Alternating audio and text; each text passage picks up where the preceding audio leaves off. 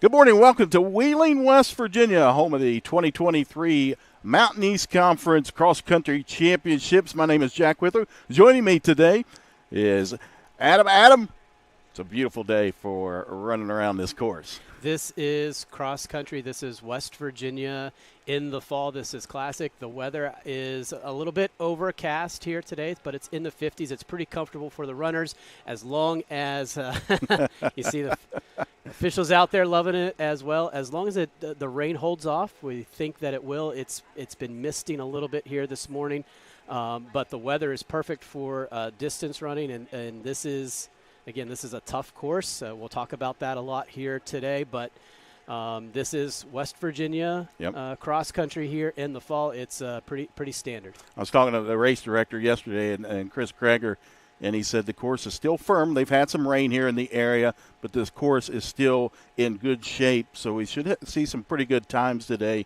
But as a former runner, I mean, what are these girls, these ladies, and these men feeling right now? Well, it's a lot of anxiety. It's this nervous energy that you're trying to build up. This is a huge race for a lot of the participants here. This is, the biggest one that they're going to be in. Trying to make those all-conference teams is a big deal. It was a big deal to me when I was running. This was, the big race for us and our team.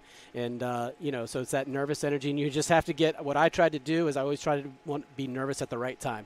Last night wasn't the time to be nervous. The night before, 20 minutes wasn't, about 5 minutes. That's probably about time to be nervous, and we're almost getting there. Yep. You want to just stay focused and worry when it's time to worry. Okay, we'll take a break real quick. We'll come back. We'll go over the lineups here for the women's race. You're watching live streaming coverage of the 2023 Mountain East Conference Cross Country Championships right here on the Mountain East Digital Network.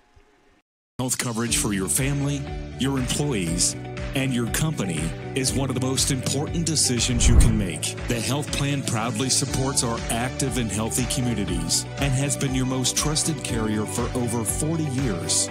We are here for your family. We are here for your business. We'll be here for you when you need us most, because your health coverage is our priority. The health plan, here for you. In NCAA Division II, student athletes leave a lasting impression on their communities. That's because Division II student athletes want to make a difference and truly be part of their surrounding communities. Through community engagement, thousands of student athletes from various backgrounds interact with community members who view them as role models. This interaction leaves a positive and perhaps even life-changing impression on all those involved. In Division II, we rise to the opportunity and make community engagement ours. Hi, I'm Keith Powell with Yes Chevy and Yes Ford, and right now at our Let's Trade Keys event, give me the keys to your old ride and pick out the keys to any car on my lots, and your payments will stay the same until 2024. But hurry, I can only help the first 77 people only at Yes Chevy in Hurricane and Yes Ford in Huntington, where every car comes with a lifetime warranty. Being a champion takes more than skill, more than endless drills, more than using your head.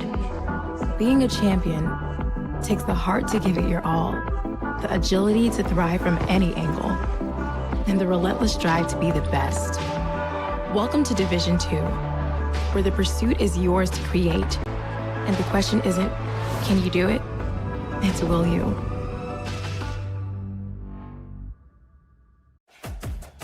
What are you working for? Do you want to pursue your athletic potential while earning a degree that will benefit you for a lifetime? Do you want to play at the highest level in your sport? Do you want to be a champion?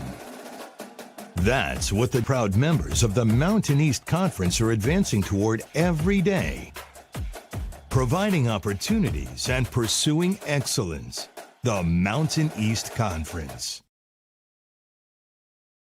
In NCAA Division II, community engagement is an initiative at all 25 national championships because student athletes want to give back while competing for a national title. Over the course of the year, Division II student athletes have an opportunity to leave a lasting impression in local communities throughout the country. Whether Division II student athletes are volunteering at hospitals, schools, after-school care programs, foster homes, or retirement villages. They make a difference in the lives of others. In Division 2, we rise to the opportunity and make community engagement ours.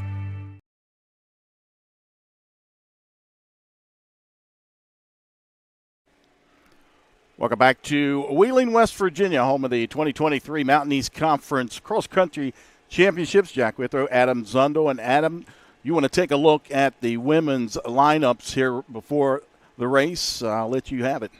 Yeah, let's go ahead and get started. Again, these are unofficial lineups here this morning. And you take a look at Concord, and a runner to highlight there is Emily Wallace. She's a 3-time first-team All-Mountain East Conference runner. So she's a senior looking to go out on her last race here. Also, Katie Walkup in this lineup as well. She was second team last year, so she wants to improve on that. And also Erin O'Sullivan in 2021. She was all MEC second team. And then coming into this one, you'd have to think that the Charleston Golden Eagles are the favorite. Julie Lafer has been terrific this season, 3 times runner of the week. The sophomore from France has been outstanding. And, another runner down there is Lily Dowdell. She is the top returning finisher in this race coming back for this one. Moving on, taking a look at Davis and Elkins. There at the top is Lydia Falkenstein. She is one of the top freshmen in the Mountain East Conference from Buckhannon. She's had a terrific season. She has the fastest freshman 5K time here this season, 17:34. She's also run 21:18 in a third-place finish at the Marshall Invitational. For Fairmont State, Carlina Jaquez has been outstanding. She's 3-time first-team All-Mountain East Conference. She's trying to make it 4 here this morning. That is quite the feat. She's a native of Fairmont and running for the Falcons. Taking a look at the Frostburg State Bobcats, finished 9th at the Galen Piper Invitational, 7th at the Bill Lennox Invitational. They're their last time out. A very young lineup. They have 2 sophomores, 2 freshmen in their top 5. And looking at Glenville State, they are headlined by Natalie Barr. She has been terrific in her freshman season. She's from Nicholas County. She set a couple of school records this year. She ran a 5K record, 18:48 at Marshall, and a 6K school record of 22:26. And moving on to West Liberty, the news there is that Hannah Kemp, she is outstanding. She's a 2-time champion in this race. She is likely not going to make it here to the starting lineup. She has been battling injury. Talking with distance coach Mikey Gwynn, who just took over there recently, not likely to make it to the lineup. But their top runner this year has been Lacey DeMitt from Parkersburg, so we'll keep an eye on her. Moving on to the Wheeling Cardinals, you see Sydney Hamble there. She was a top finisher last year in this race for the Cardinals. And then here on the last slide, West Virginia State bringing back cross country this year. Cheyenne Wiley will be running for them. And then the West Virginia Wesleyan Bobcats, led by Kelsey Chambers as their head coach. She's a former champion in this meet and now coaching the Bobcats. Leah Hall is among the fastest runners in West Virginia Wesleyan history, so we'll keep an eye on her. And that's a look at our lineups. And again, those are unofficial. You're going to hear that a lot today. Everything's unofficial. We're going to run a clock on the screen. That'll be unofficial. The results as we see them come in will be unofficial. So that's a little bit of the theme here this morning. As you're looking down at the starting line here at the Crispin course inside beautiful Ogle Bay Resort. And the start line, the ladies are getting ready. The ladies will run first here today, and then the men scheduled for later on at 10:30. And we hope we get a third member. Jesse Skiles out on the course, and he is going to patch into us, hopefully, fingers crossed, Adam. And we'll get updates from around the course today from Jesse Skiles. But 49 degrees, and we talk about the weather all the time when we do cross country. But I like you said, I mean, right now they're not thinking about the weather. No, it really doesn't matter. Oftentimes, as long as it's not bitter cold, the cooler the better. Yep. Than to deal with the heat and the sun. And again, as long as it's not raining, this is ideal for them. It's not ideal for putting on a web stream. It's not ideal to be a spectator, but it is really ideal for the runners here today. I don't even think we're going to see a lot of headbands or long sleeves underneath. Maybe take a look at the runners. Yeah, see, everybody's in their singlets mostly. Yep. And we've been here in years past where it has not been that way. It's been much, much colder before these races go off. So I think really pretty comfortable here for these athletes. We'll talk about this during the men's race as well. But right now, what is the strategy off the start line? Well, you always want to get out. Now, the Mountain East Conference Championship is a smaller race. I mean, a lot of these teams go to big race, 50 teams, and that your start is really critical. This one, not so much because you don't have to fight as many people to get out. Yep. But this start is pretty much straight downhill, and then it'll crest up, and then you'll go back downhill. You just want to get yourself in a good position, and really what you want to do is you want to be clear of any traffic because you don't want to trip over anybody. And so I don't think we're going to see any of that because there's just not a lot of bodies out there. Mm-hmm. And they're shooting for that point up there. Yep. Which narrows down. That's right. You don't want to immediately cut in, right? You want to take the long tangent because if you cut in right away, you're actually going to be running a little bit farther. So you're going to find a point, and you're going to slowly make your way to that point as you get to that start. So you'll see everybody, oftentimes the box isn't huge here today. Again, your box number where you start, but you'll see if you're in the middle, you sometimes feel like everybody's kind of crowding you a little bit. So you might want to if you're in one of those middle boxes, might want to get out just a touch faster so as people try to come in on you, you've got some space to work with.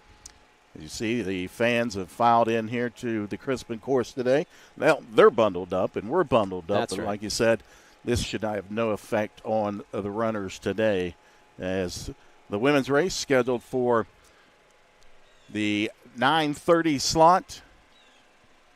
And we've got some videos that you did some interviews. Let's see. I'm not sure if we've got time to run one now. We should be able to.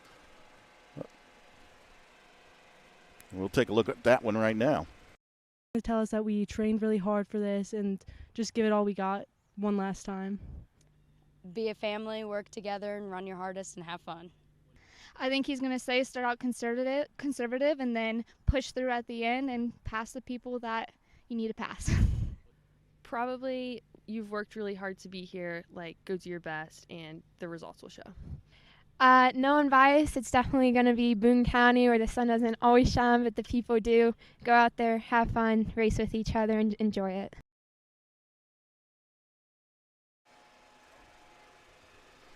There you heard the final messages that the athletes expected to hear from their coach. You heard from Glenville State's Natalie Barr, Ella Hessen from Davison Elkins, Lily Dowdell from Charleston, Shania Keene, and Sydney Hamble, and Leah Hall there.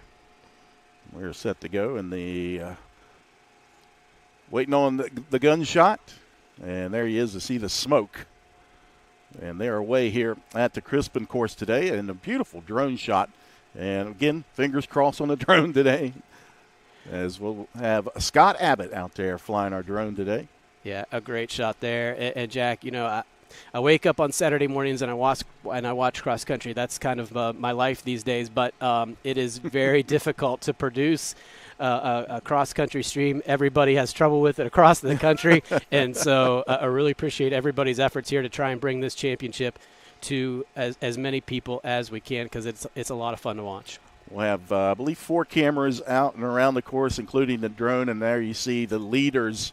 We'll have the camera in front of the leaders on the side-by-side, so you should have plenty of views if everything goes right today of these 2 races.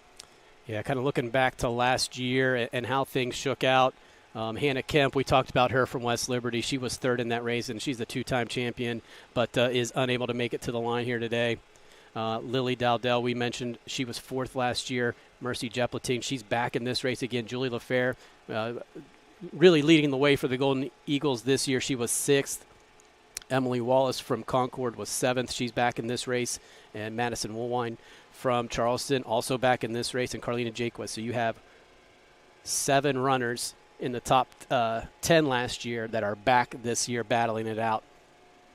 See a couple of University of Charleston runners setting the pace early here in the women's race, and they've hit the point, and now they're down over the other side of the course. So a bit of a downhill part of the course. And it's looking like, imagine LaFera and Falkenstein from Davis and Elkins behind her. And Falkenstein had a terrific career.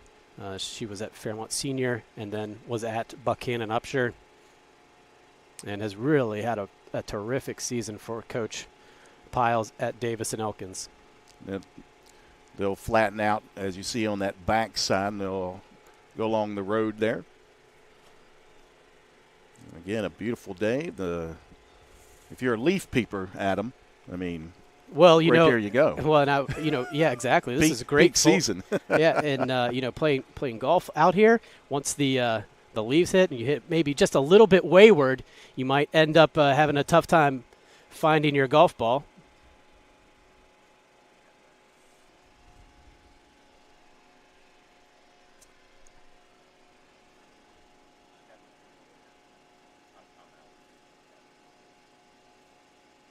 And a great shot here from the lead vehicle.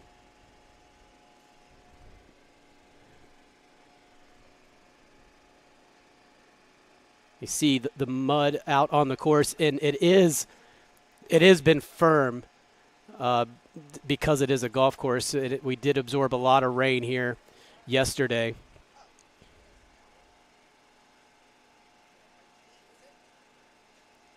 But there definitely are some muddy spots. You want to be careful. And again, from a footing standpoint and a footwear standpoint, you have to be in spikes today, but you're going to go over some gravel here, so that's a little bit challenging as well. Tried to limit the amount of gravel and pavement that you're on. And a great look at it here.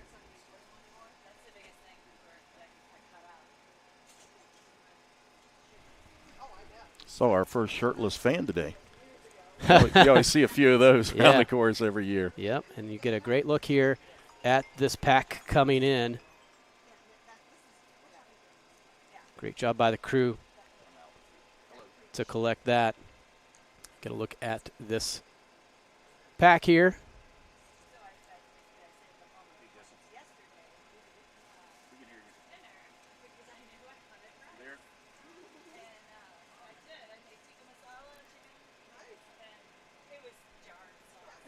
Hey, Jesse, can you hear me?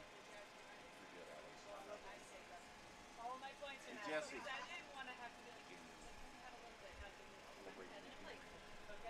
Come around the first thing. There's Carlina Jacquez up here in third right now. She went out strong. Getting word here that Jaquez is in third.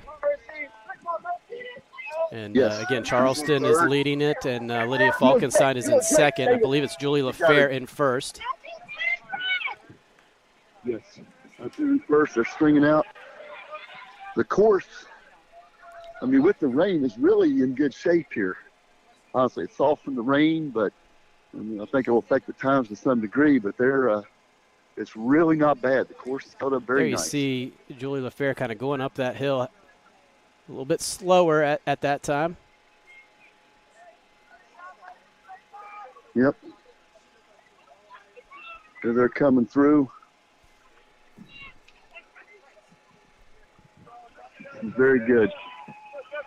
Rolling in here. Hey, Coach, what is the gap there between 1 and 2? 3 or 4 seconds, it looks right like? There, right there in front of them. Yep, it's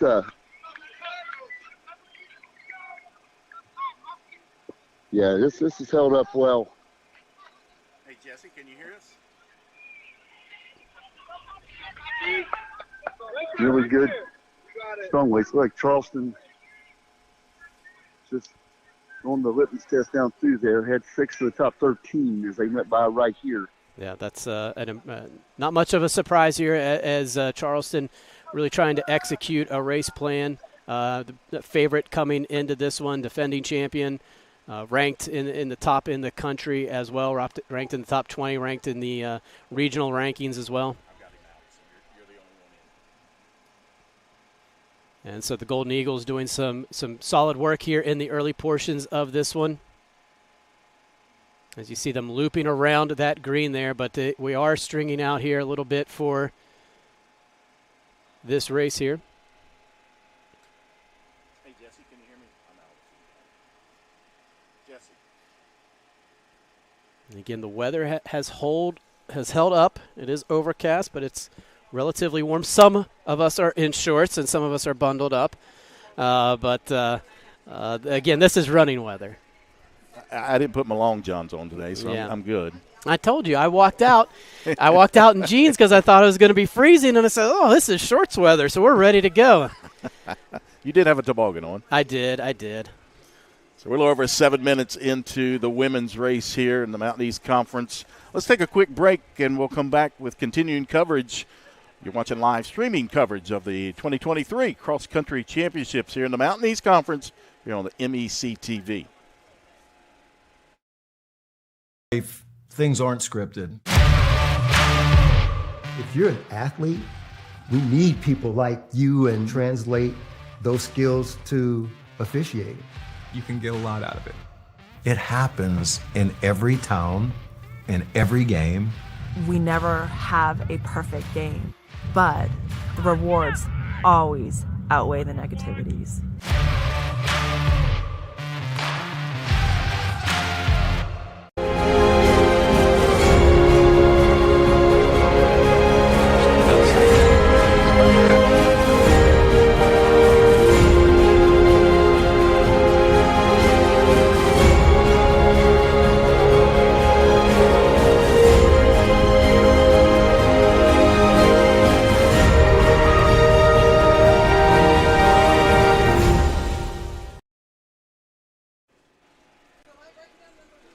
Welcome back to the Crispin course at Ogle Bay Resort. I was going to say Ogle Bay Park here in Wheeling, West Virginia for the 2023 Mountain East Conference Cross Country Championships. The women out on the course. The men will race later on, scheduled for 10:30. Jack Withrow along with Adam Zundel. We had Jesse Skiles out on the course, giving us a view of what he sees going on. And Adam, as you see, University of Charleston young lady still leading the pack here. Yeah, we do believe that is Julie Lefebvre in bib number 7 for her. From France, she's been a 3-time Mountain East Conference Runner of the Week this year. It's really impressive. And, boy, this course is a tough course. This is not for the faint of heart. This, I would venture to say, this is the hilliest, most difficult conference championship course, I would say, in Divisions 1 and 2 comfortably. I don't know as much about Division 3, but you get it on a golf course, you think you're going to be firm and fast, and it is firm, but it is not fast. You have to get up those hills, and then what you have to do on the backside of those is really take advantage of the downhills, because you're going to work hard on those. You don't want to overwork yourself getting up them. You want to pace yourself getting up them. Maybe on the last third of that hill is when you start to pick it up a little bit to try and get yourself some momentum to go back down the hill. As you see the leader coming back up around the point there. And zoom in. A nice shot there of the leader. And that is bib number 7, Julie Lefebvre, leading the way, looking nice and strong, looking comfortable. Not a lot of distress on her face. Shoulders are low. Now, at this point, what does she have ahead of her? The hill in this race, I think she's just about ready to go and conquer that. Yep. Mm-hmm. And that's going to be the toughest part. Once she's past that, it's a little bit more challenging. But there you see Lydia Falkenstein in second, bib number 23. That is Carlina Jaquez from Fairmont State in third place. And then we're going to have another University of Charleston runner. That's going to be Lily Dowdell. We talked about her finishing strong last year. See Emily Wallace in that shot, and then West Virginia Wesleyan 65, bib number, that is Trinity Ortiz. A couple of University of Charleston again in that pack behind the leaders. Yeah, Davis and Elkins doing a nice job throwing some numbers up front as well. So it looks like the Senators and Golden Eagles are battling it out here. This championship has been in Wheeling since 2018. Before that, it was in Bridgeport. This is a tough course. Again, yeah, the first championship was in 2018. Somebody asked me that this morning. I said, well, Adam Zundel will know. Adam Zundel takes notes. Even though I lived it for a while, it's they all start to blend together Right. a little bit at some point. And there you see, this is it. This is the top of this hill. A great shot. You see the momentum is stalling a little bit just because it's such a difficult hill. It wasn't too difficult. I was out there on the course last year, and then I ran around it, but I was in a golf cart. Yeah, so. That's right. It's a lot easier with four wheels, isn't it, than two legs? You're right. That hill right there, going up to that point before they come back, and she'll cut back down the road here, as you see now. And that is a really steep hill. It is. Again, the runners do not face this in the regular season, and they will not face it again next week at regionals. This is just different. It is difficult to find a flat course in West Virginia. Can't do it. The folks here at Oglebay Resort have been terrific in accommodating this championship, and you can wear it as a badge of honor to come here and win and compete. To come and conquer this course, and I think you can say comfortably that this is the toughest conference championship course in Division II. You have to be careful coming down here. You see Julie LaFair making her way. Have to be careful there because there are some ruts. You want to make sure you have good footing coming down that hill. You don't want to injure yourself. You're trying to take advantage of the downhill, right? So you want to use that momentum, but then you also don't want to be very careful that you're not going too fast, that you misstep, roll an ankle, or do any of that. You see her kind of finding her spots there on her right, left part of our screen, staying away from the ruts, even though she might be taking the longer way. Right. So she is just trying to find the best footing here on the backside of this course. And that'll drop down to the flat spot on the backside of the course, and it looks like she's flattening out there, and then it'll open back up onto the golf course. Yeah, and a terrific shot here by the lead vehicle of seeing what the athletes are up to. And again, this is right along the fairway, so that's terrific footing there for the athletes. It's a cool thing about cross country. The fans can just get right out there, right on the course. And as you see, looking back down at that road again, it's coming back down the runners, and several fans making a tunnel down there for the runners. When I was talking to the athletes yesterday, I said, who is the one person you can hear out on the course, right? Because, when you're out there doing it, you kind of hear everybody, but there's one person that you hear, and not surprisingly, probably not. Dad's got a lot of credit. Who can you hear? I can hear my dad. I can hear my dad. So dad and coach. So Mikey Gwynn from West Liberty is credited with having a loud voice. Kelsey Chambers from West Virginia Wesleyan, the coach of the athletes, was, whoa, we can really hear her. So that was a lot of fun talking to them.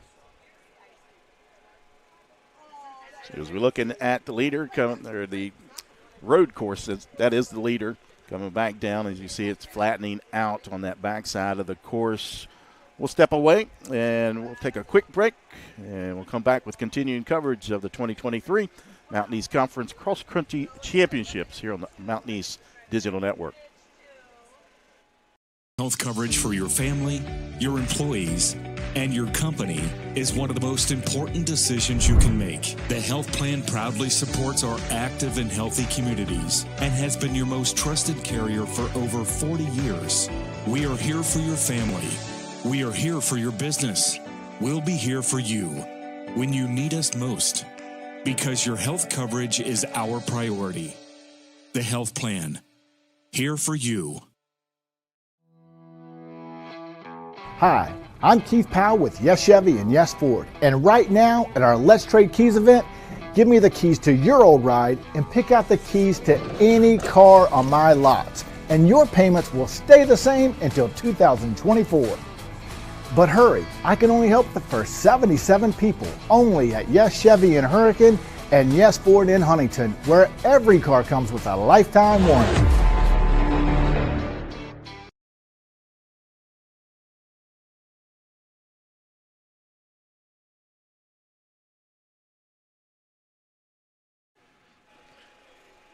Back here at the Christmas course at Ogle Bay Resort as we continue coverage of the women's race in the Mountain East Conference Cross Country Championship. We'll send it back out to our on-course correspondent in Jesse Skiles. Jesse, what do you see out there, buddy?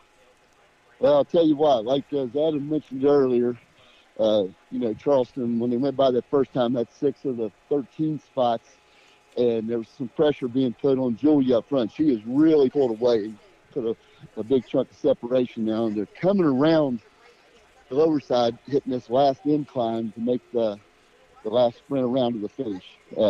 It's still Charleston in a good spot. Again, like Carlene Jacques and Fairmont were still in third as they were coming down the hill, and Lydia was in second at that time. So they haven't came back up around here, but it's they're handling this course really well. I was mentioning the course is really in good shape. I mean, it's softened up. Yep. I think it's going to slow the times a little bit, but it's really firm. It's not sloppy at all. It's they're attacking it pretty strong. Well, we appreciate it, Jesse. Call often, buddy. It's good hearing from you. Let's do this again in a little bit. All right. Absolutely. I'll see y'all down here at the finish line. All right. Thank you, Jesse. All right, there you go. You heard the on-course report. And now you're starting to see a gap. Oh, a great shot from the drone. Terrific. The gap that has been opened up. And I got to tell you, I think that looks like a white jersey in second. That might be Jake was making a move. Not sure. We will get we'll get another look at it. But a great shot from the drone. You see the gap that has been opened between first and second place. And Charleston is seeking another championship here this year. Nick Bias does such a wonderful job down there. Yeah, he's built a powerhouse. They really have. Talking to him this morning, he is, what do we say, a gentleman and a scholar. He has done a terrific job building that program, done it the right way, has great student athletes. Again, hunting a 4th straight championship. Last year, how about this? Is this any good? 18 points? Winning that one? Yeah, that's pretty good. Yeah. Golden Eagles were truly, truly dominant last year, looking strongly on their way toward another title. What's interesting about this is you can be the pre-race favorite. You can come into these things, but I've seen enough championship races to know that strange things happen, or strange things can happen. Right. And you never know until that day, and you got to go out and execute. And here so far, still a little bit to go in this one, but Charleston is doing a nice job of executing, staying out in front, and trying to dampen the spirits of everybody else in here that thought they might have a chance. And there you see Jake Wiz, again, making her move. She was hanging in third a little bit and then decided to make a move, and Falkenstein looks like she is in third, but she looks like she is holding on as Dowdell is going to come right past her. And now Falkenstein has faded to fourth. She's going to try and hold on here to that spot the rest of the way. Falkenstein started off strong, started in second place, and then has faded a little bit. And then that is a West Virginia Wesleyan runner coming through.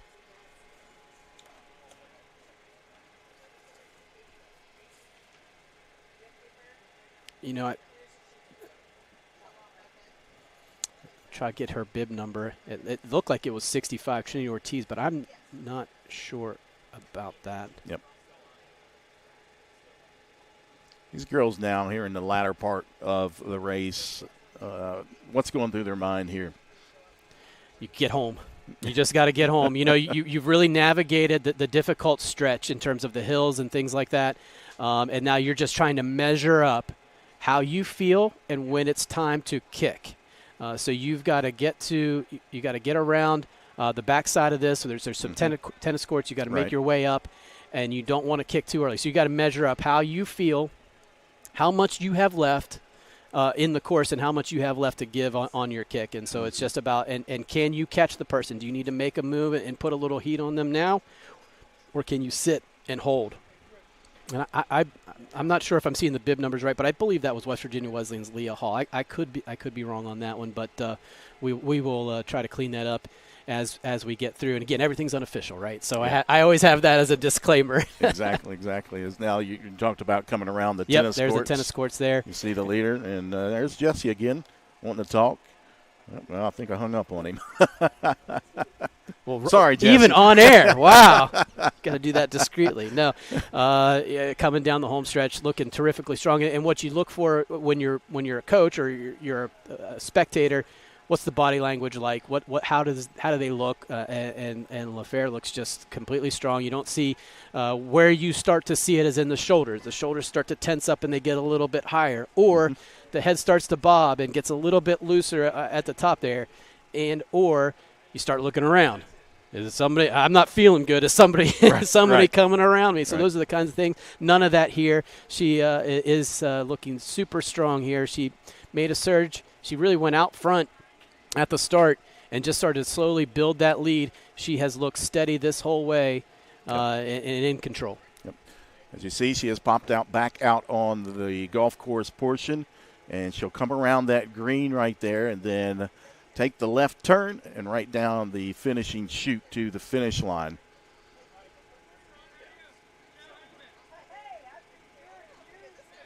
Again, a beautiful shot of the drone. Scott Abbott helping us out this week.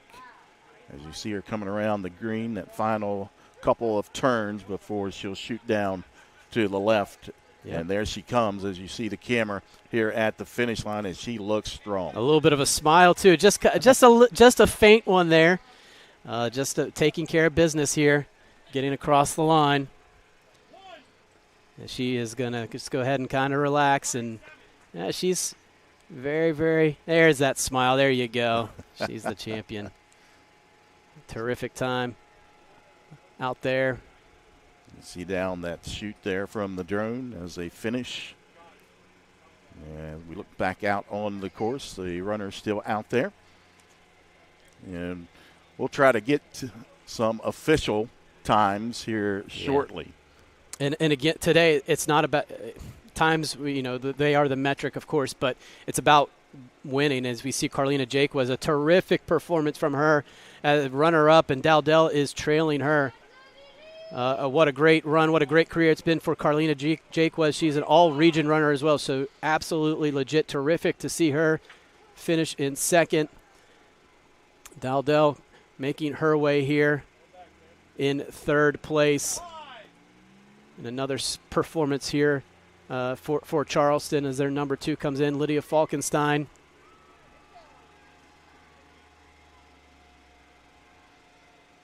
Kicking it home, top freshman from Davis and Elkins, top runner for the Senators. And we got a little bit of a race here. It is bib 65, but I think that's Leah Hall. 22 comes in. I believe that's Emily Wallace. That was Katie Walkup, actually. Couple of University Lauren of Charleston Kleiman, runners. Mercy and Jepletine coming in. Davis and Elkins, Glenville State. Yeah, terrific performance there by Natalie Barr from the Pioneers. A really good season, and a nice finish here today.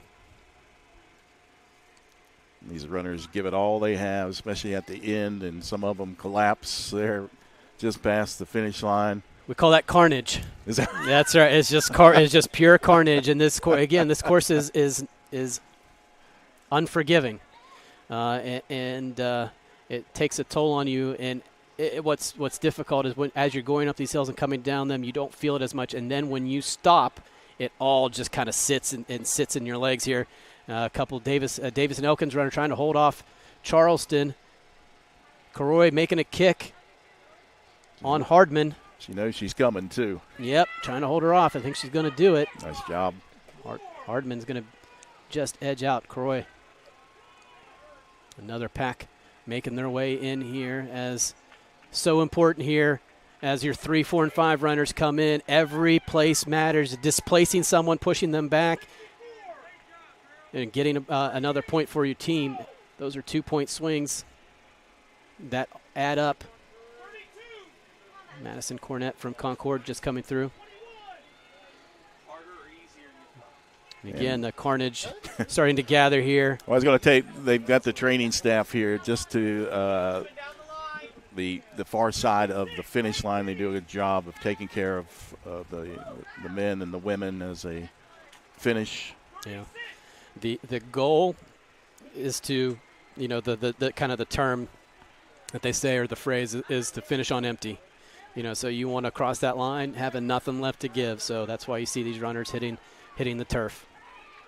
That's my goal as well after this event. That's right. Well, that's a great finish. I'll be curious to see how that one was decided right at the line. And hopefully we can get a printout here shortly. We'll stay on the stream with you guys between the women's and the men's race, and then afterwards we'll have the awards ceremony. That will also be streamed live.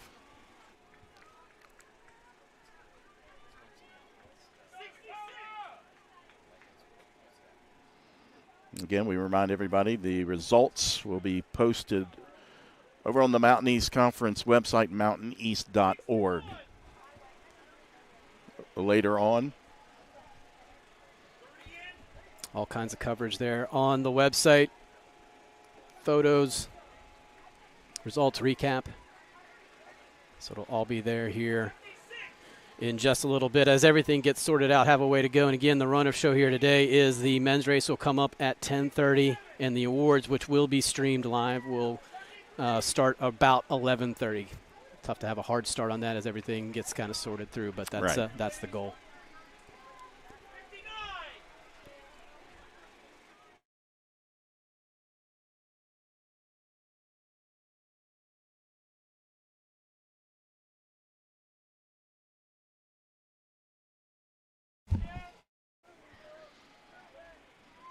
Continue to look at the finish line here for the Mountain East Conference Women's Championship here at the Crispin Course in Ogilvie Resort in Wheeling, West Virginia. Again, the race started about, it was about 49 degrees here. It had been raining some, but not heavily. And for some runners, this is perfect running weather. For my buddy Adam here today, he's got shorts on. I'm not sure why he did that, but we're going to try to get some.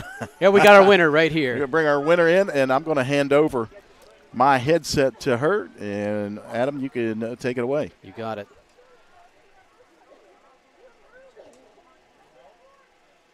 We're getting the champion here set up.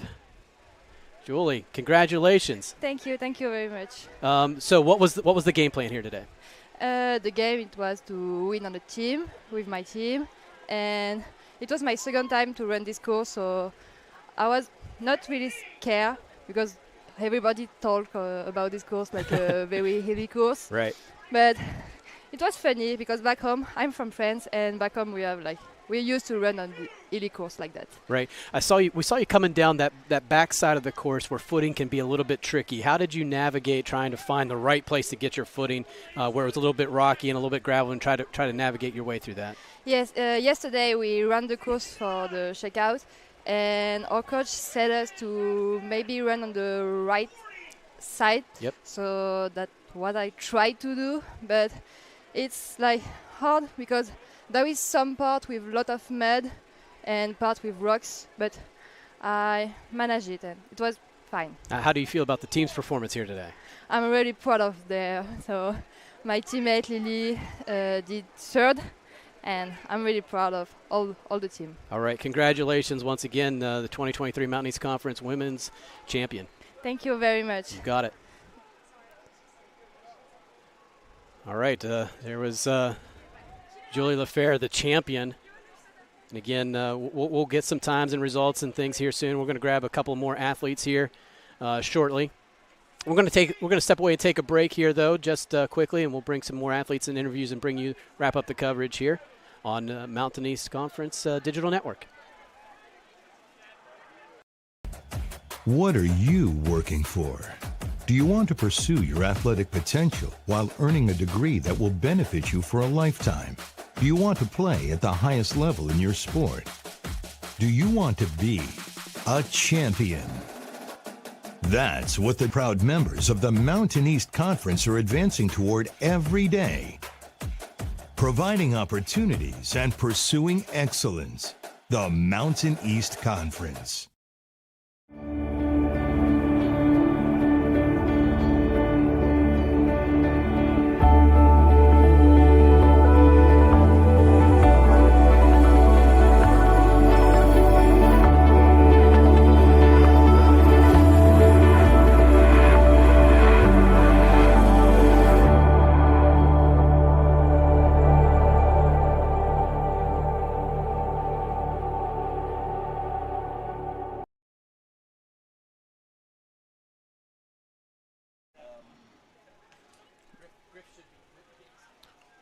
Welcome back to Wheeling, West Virginia's continuing live streaming coverage of the Mountain East Conference Cross Country Championships. Jack Withrow alongside Adam Zundel. As the finishers still coming in here to the finish line for the women. And we're trying to get a couple more interviews from some ladies. Again, the men will start. They're scheduled for a 10:30 start time here this morning. Adam is back with us, and buddy, did you round anybody up out there? We are efforting. We are efforting to use that term. Believe we are going to have Lydia Falkenstein here shortly, the freshman from Davis and Elkins, talk about her race and her season. So we are working on that. But anyway, we just kind of looking back at that race, and as we still see some finishers coming in. Just a really well executed game plan here from the University of Charleston. We heard Julie talk about the footing, and we mentioned it as the broadcast was going, trying to find the right place. She picked that right side of that hill, and really when you're Coach Bias, I think you want to try to avoid disaster, right? And a rolled ankle and something unforeseen like that would be disaster, because you're just trying to execute your game plan and come away with the team victory. And again, we don't have the official results. Charleston looks like they had performed extremely well here today and looking for another championship. Runners still coming in down the finish chute, as you see there on your screen. And cross-country championships today and around the Mountain East Conference. Such a busy time for the conference right now. I know we've got men's and women's soccer in the latter parts of the regular season. We'll have the conference tournament starting for that. We've got women's volleyball. That's really a tight race in women's volleyball right now. Yeah, it's about as balanced as it has ever been, so I think. We'll have that. Of course, the championship of the women's volleyball coming up soon. Football right now is in full swing as we – here we go. Yeah, now we got Lydia somebody here. I don't have to talk now. You don't have to listen to me anymore, Yeah, Adam. no. So. All right, Lydia, congratulations on your race today. What was it like out there? What was your first Mountain East Conference championship like? It was fun. Definitely way hillier than any course we've done this season. It felt like a high school race again with all the hills and stuff, but it was a challenging race, and I like that. Definitely a lot of good competition out here. A lot of girls ran really well today. I know some girls on our team ran up today, so that was really exciting to see. I really loved it. Yeah. So what was kind of your game plan coming into this? How are you attacking the course? I know you all saw it yesterday, but it's a different animal when you're actually racing. What was that like here today? My goal is just to kind of pace off other people. I know there's a lot of people who've done this course before who know it better than I do. I've only ran 6K, so I was just going to try to pace off other people, see what they were doing, and try to run with them. I think it worked out pretty well, just following them and trying to see what I can do. All right. Well, what about your season this year as a whole? I know you just got done with this one. I know regionals are next week, but how has the adjustment been stepping up into college with Coach Piles and everything that he's done? Kind of assess your season this year. I've been really, really happy with it. I didn't get to finish out my senior year with track. I got super sick and had some complications with that, so I just end my season early and didn't get championship season. So I was really ready to race when I came back. We got in a lot of good training with Piles. He's an amazing coach. So even before the first race of the season, I knew I was prepared. I knew I could go out and do something. And I ran way faster than I expected. The first race of the year, I got a huge PR, and then from there, I knew that I was strong, and so every race was just kind of going out and seeing what I could do. I didn't really have a basis to work off of, so it was just going out there and running what I could run. All right. Well, congratulations on a terrific race today, a terrific season this year. I know you still got a little bit more ahead of you, but great job. Thank you. All right, we got Carlina Jaquez making her way here in just a second as they keep coming in here. All right, Carlina, congratulations on the race today. Tell me, did this go about as you planned?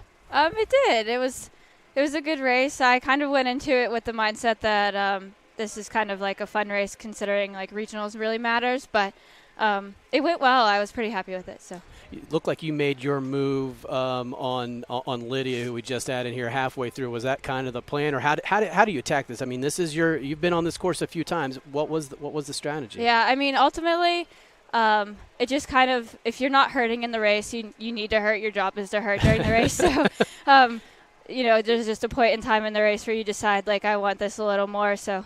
It's kind of what you do. So how about, you talk about regionals next week. That's what matters. You were all region last year. How are you feeling? Does this give you a little bit of momentum? Is this kind of business as usual? How are you feeling? Really good. I'm looking forward to the end of the season. I feel like this season's been really well, and so. Well, and I know, again, you still have season left, you still have career left, but can you thinking about it 4 times first team all conference, it's just a tremendous accomplishment. Have you had an opportunity to think about, your time at Fairmont?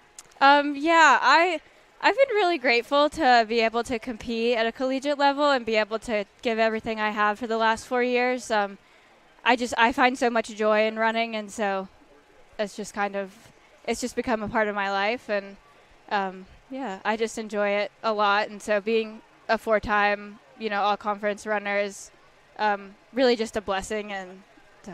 Well earned today. Terrific job, terrific career. Good luck in a couple of weeks at regionals. Thank you. All right, great job.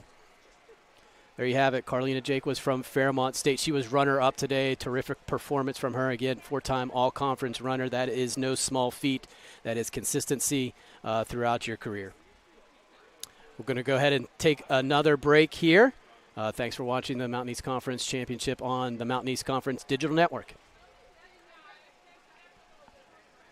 Unlocking your potential and discovering your purpose. It's about community and how we can better serve others. It's about learning and doing. It's about the journey and the road getting there. It's about opportunities and the endless possibilities. It's about finding where you belong, and it is here at Concord University. It's about you, and it starts with you.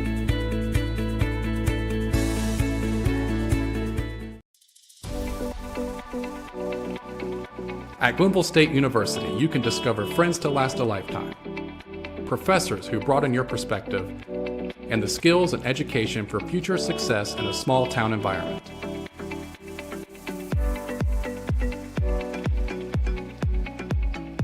At Glenville State University, you can become a pioneer.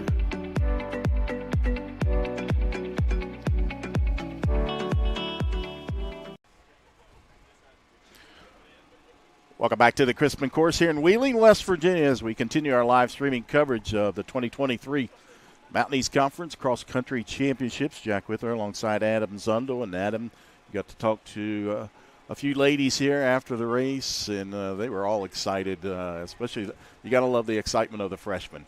Yes, yeah. Lydia, again, her track season got cut short with illness as a senior, and that's, you kind of think back to those COVID years where a lot of athletes didn't get an opportunity to compete, and it gives you perspective of some gratitude and being able to come out here and compete. She's had a terrific season, and not as much of an adjustment from 5K to 6K for the women as it is for the men, but still an adjustment, as she mentioned, just her second 6K this year.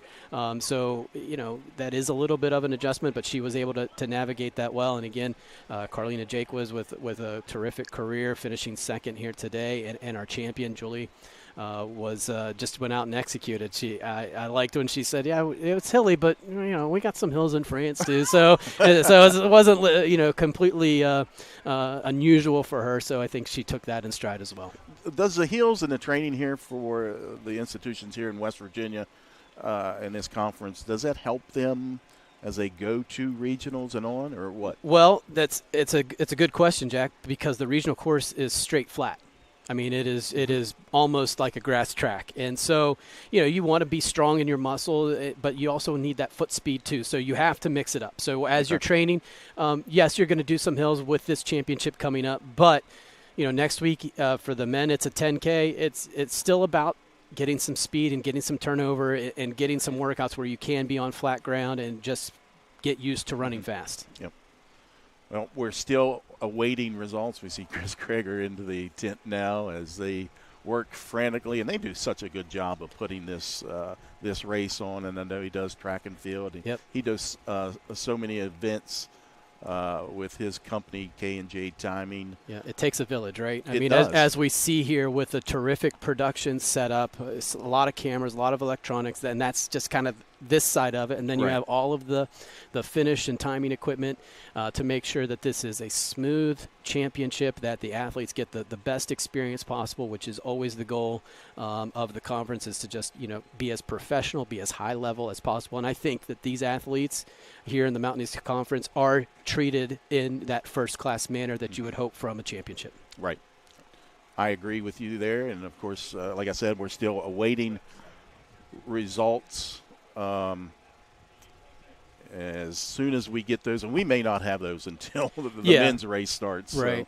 So, but they are still working on the results, and we'll get to them as soon as we get them. We'll go over those. But we'll take another break, and then when we come back, we'll preview the men's race. Yep. Stick with us. We'll be back here in Wheeling, West Virginia, as continued coverage of the 2023 Mountain East Conference Cross Country Championships here on the Mountain East Digital Network. In NCAA Division II, student athletes leave a lasting impression on their communities.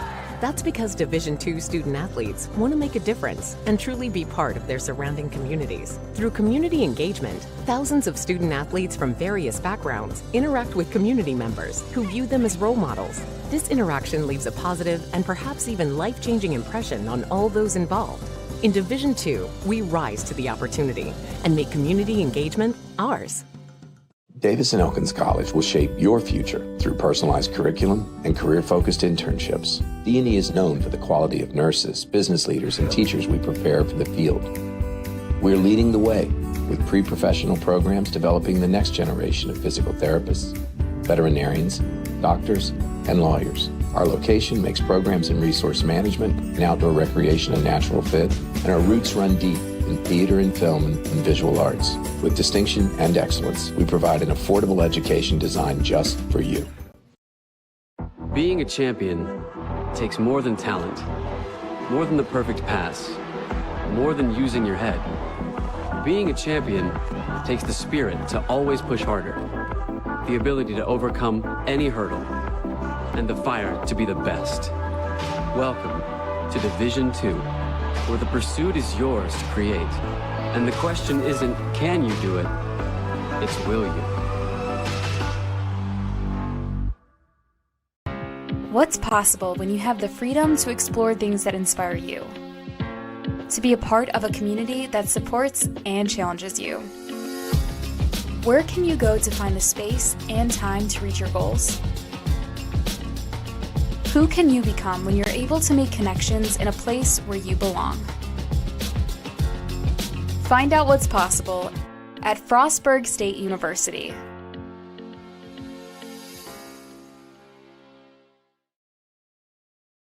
In NCAA Division II, community engagement is an initiative at all 25 national championships because student athletes want to give back while competing for a national title. Over the course of the year, Division II student athletes have an opportunity to leave a lasting impression in local communities throughout the country. Whether Division II student athletes are volunteering at hospitals, schools, after-school care programs, foster homes, or retirement villages, they make a difference in the lives of others. In Division II, we rise to the opportunity and make community engagement ours. We have the best of both worlds. A beautiful campus and easy to access all the excitement of downtown Cleveland. Your overall experience at Notre Dame will be amazing. From classroom to residence hall to dining hall to athletic field to whatever else you choose to do. The opportunities for learning at Notre Dame never stop.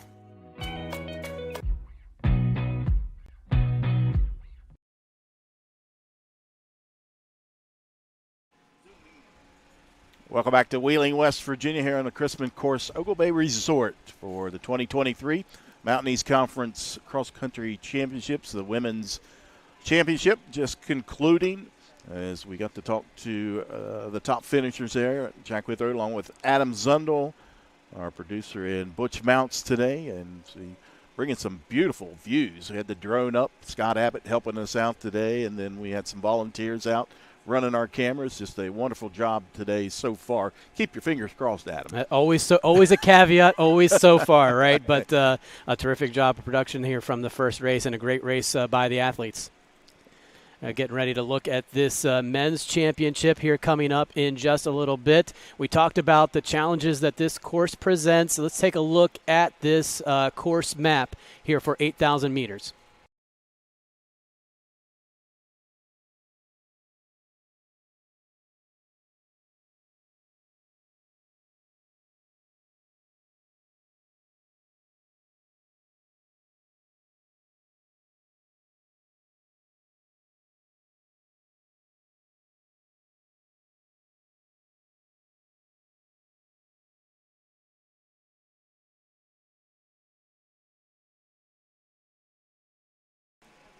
There you have a look at the course, and we see that we saw you running it, right? Yeah, right. Mm-hmm. Yep. I had no aid from any vehicles. That was all me. I should probably just put one of those trackers on a horse and rode it around. No, it was. We talked about the hill in the women's course and how hilly this course is. For the men in this 8,000 meters, that comes a little bit later in their race. So we'll be mindful of that as they build towards that point a little bit later in the race.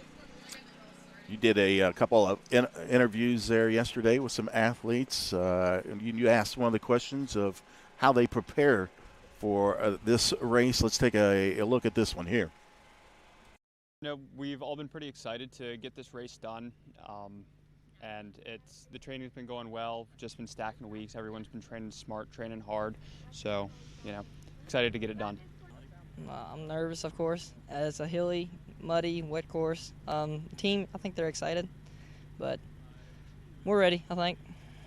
Just getting ready for it, We've put a lot of work in over this past season, and we're ready to just show what we have. Team's going really well. It's honestly, for how young we are, I think it's one of the best teams we've had. And I think these guys, over the next couple of years, are going to really turn into some phenomenal runners. And I'm excited to see how they do. I feel good. I feel confident and prepared. The team feels good. We feel confident. We've hit some workouts on this course, so we're ready. I'm feeling pretty good. The team's feeling pretty good. We're ready. We've had this date marked on our calendar all season, all summer. So we've been looking forward to this. We're ready, and ready to make the most of it. There you have how our athletes are getting ready for this one. And in that one, we heard from Iggy Chalker from Charleston, BJ Utt from Glenville State. That was Jackson Gibson from Davis and Elkins, Kent Nyland, the freshman from West Virginia Wesleyan. And I call him Dr. Philip White because I think he's been at West Liberty long enough to have earned several degrees. Former University High standout in his last cross-country championship. And as we head towards our next race here, the men's 8,000-meter championship here, we're going to hear what they think the coaches will be saying to them right at this moment as they start to make their way to the start line. I just think, we're all a really close family at Wesleyan, and I think she'll just, hype us up, tell us, give us everything you got. At the end of the day, that's all you can do. To stay engaged, cancel out the outside noises, and just worry about your day and how your team's doing. I think it's going to be to run our races and don't worry about whatever everyone else does, and that we're a strong team, and the second half is when we're going to catch them. We're the favorites coming in, and just got to get the job done. Trust your training, and you know where you're at, and go out there and run your best. So. The last message Piles will probably tell us before we race is he'll probably tell us to trust our training, trust ourselves, trust our teammates, and most importantly, live in the present, be in the moment, make the most of it, and just try to be strong, be tough throughout. All right, there you have it. Jackson Gibson taking us home there, finishing it up. Right now we're going to step away, though, for just a moment. Stay tuned. We will be back here shortly with the starting lineups for this 8,000-meter men's cross-country championship. We will be back in a moment. Health coverage for your family, your employees, and your company is one of the most important decisions you can make. The health plan proudly supports our active and healthy communities and has been your most trusted carrier for over 40 years. We are here for your family. We are here for your business. We'll be here for you when you need us most, because your health coverage is our priority. The health plan, here for you. Hi, I'm Keith Powell with Yes Chevy and Yes Ford. And right now at our Let's Trade Keys event, give me the keys to your old ride and pick out the keys to any car on my lots. And your payments will stay the same until 2024. But hurry, I can only help the first 77 people only at Yes Chevy in Hurricane and Yes Ford in Huntington, where every car comes with a lifetime warranty. Welcome back to Wheeling, West Virginia, here inside Oglebay Resort at the Crispin Golf Course. A beautiful setting for the 2023 Mountain East Conference Cross Country Championships. Jack Withrow alongside Adam Zundel. And we've had the women's race concluded. We're set for the men's race here shortly. But, Adam, you've got the lineups for the men's race for us. Yeah, let's go ahead and take a look and start breaking this down. You have Concord under the direction of Mike Cox, legendary coach and athlete here in the state of West Virginia. A couple of standout athletes, Logan Zucchelli, former Mountain East Conference Freshman of the Year, a terrific runner, and Preston Prather, who is the top returning finisher in this race, the brother of another Mountain East Conference legend, Isaac Prather, who was a multiple-time All-American in cross country and track. And then once again, in the men's side, it is the University of Charleston as the favorite in this one. George Cootie has been a terrific runner up front for the Golden Eagles, a freshman. He's from England, three-time runner of the week. But the Golden Eagles are loaded. They're nationally ranked. They're the top team in the country. Matisse Boris is the second runner there. And, again, we talked about Coach Bias during the women's race, multiple-time Coach of the Year, men and women. He has just done a terrific job there for the University of Charleston. Looking at Davis and Elkins next. They're going to be definitely in the mix here today. They do a great job of running as a pack. They won the Marshall Invitational this year. Up front for them is Jan Thus. He was a All-Mountain East Conference track athlete. He had a provisional time in the steeplechase. He's run 24:27. He's a sophomore from Germany. Then you have a couple of Cabell Midland athletes in Carter McKenna. Again, another multiple-time All-Mountain East Conference athlete. Ran 24:35 at Marshall, and his teammate and high school teammate was Jackson Gibson. We heard from him earlier, 24:40 earlier this season. And Henry Schmidt is a senior from Maryland, and Thijs Turlo is a junior from the Netherlands. And over there for Fairmont State is Bailey DeMoss. He was for Fairmont State, he was the 2022 Mountain East Conference Freshman of the Year and a first-team runner last year, having another strong season this year. He is from Bridgeport, West Virginia. And Frostburg State making an appearance in the Atlantic Region rankings, number 6. So a big-time job there for the Bobcats under Shane Brookshire. Terrific work there. They're led by Justice LaProvost. He was second-team All-Mountain East Conference last year. He is a senior. He is a hometown kid from Frostburg. Glenville State is up next. We heard from B.J. Utt. Dan Myers in his 4th season leading the Pioneer squad.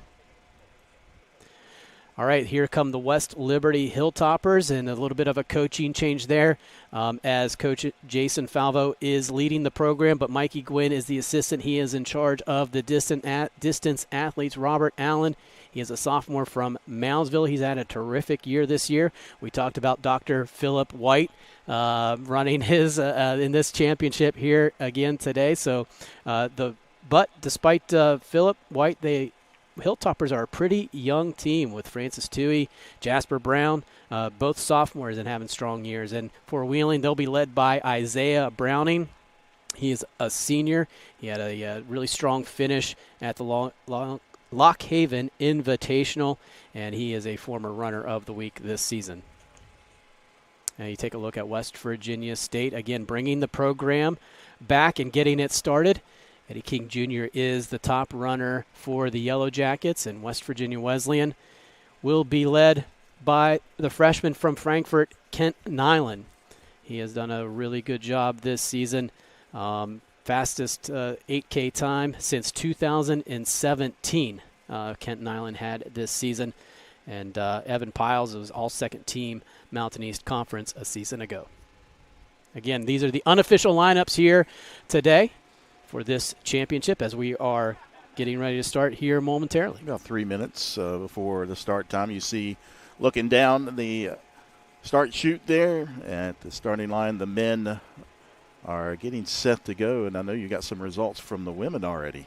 Yeah, we do. I said already, but yeah. Well, let's go ahead and make it official with Charleston winning the championship, scored 34 points. Davis and Elkins, a really strong outing here today. Those two teams are regionally ranked. They are going to be in the hunt for a bid next in 2 weeks at the Atlantic region. Davis and Elkins scored 51 points. Concord was third with 95. West Virginia Wesleyan was fourth with 106 points. Frostburg State was next with West Virginia Wesleyan had 106. Frostburg State had 146. And then it was Fairmont, West Liberty, and Wheeling. And then Glenville rounding out that top, the standings here today. And let's just give a top 10 here breakdown as the men are getting their final instructions. We talked about Julia DeFair. She was the champion. Carlina Jaques was the runner-up. Lily Dowdell third. Lydia Falkenstein fourth. Leah Hall from West Virginia Wesleyan was next. Emily Wallace was sixth. Lauren Twyman was seventh. Madison Woolwine was eighth. Mercy Jepleting was ninth. And Ella Hessen from Davis and Elkins takes that 10th spot for the final first-team all-conference spot.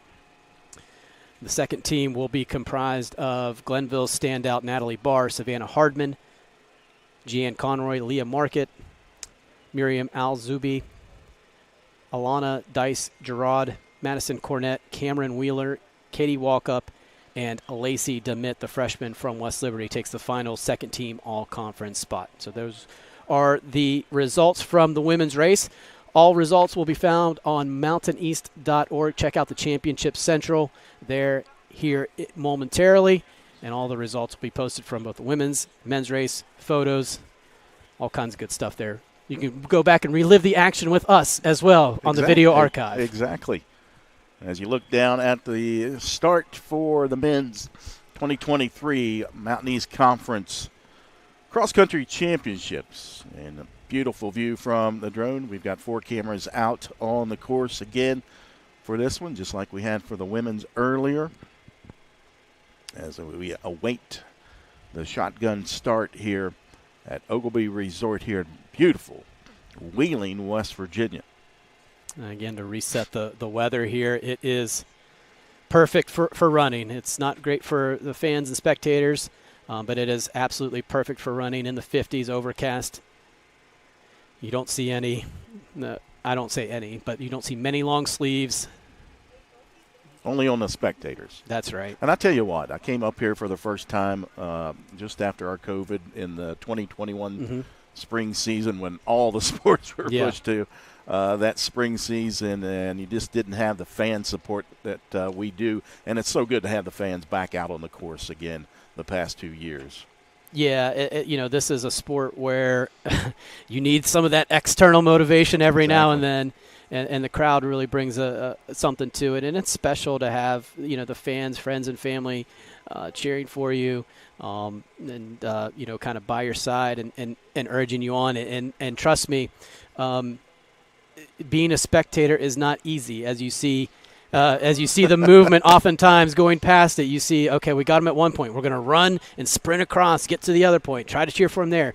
There are lots of parents out there, perhaps myself included, that look at the course map. Okay, we're going to go here, we're going to go here, we're going to go here, we're going to go here, and plot that out. So I'm sure there's a lot of parents that have taken a good look at this to get to a good spot. Of course, you've got a son, a senior at University High School. Got a big event coming up here soon down in Ono, West Virginia.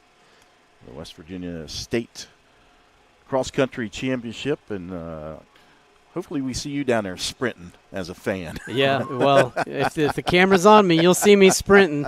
Yeah, and the other part about this is we'll see several West Virginia natives in this race here today. Up front there in that gray singlet is Fairmont's.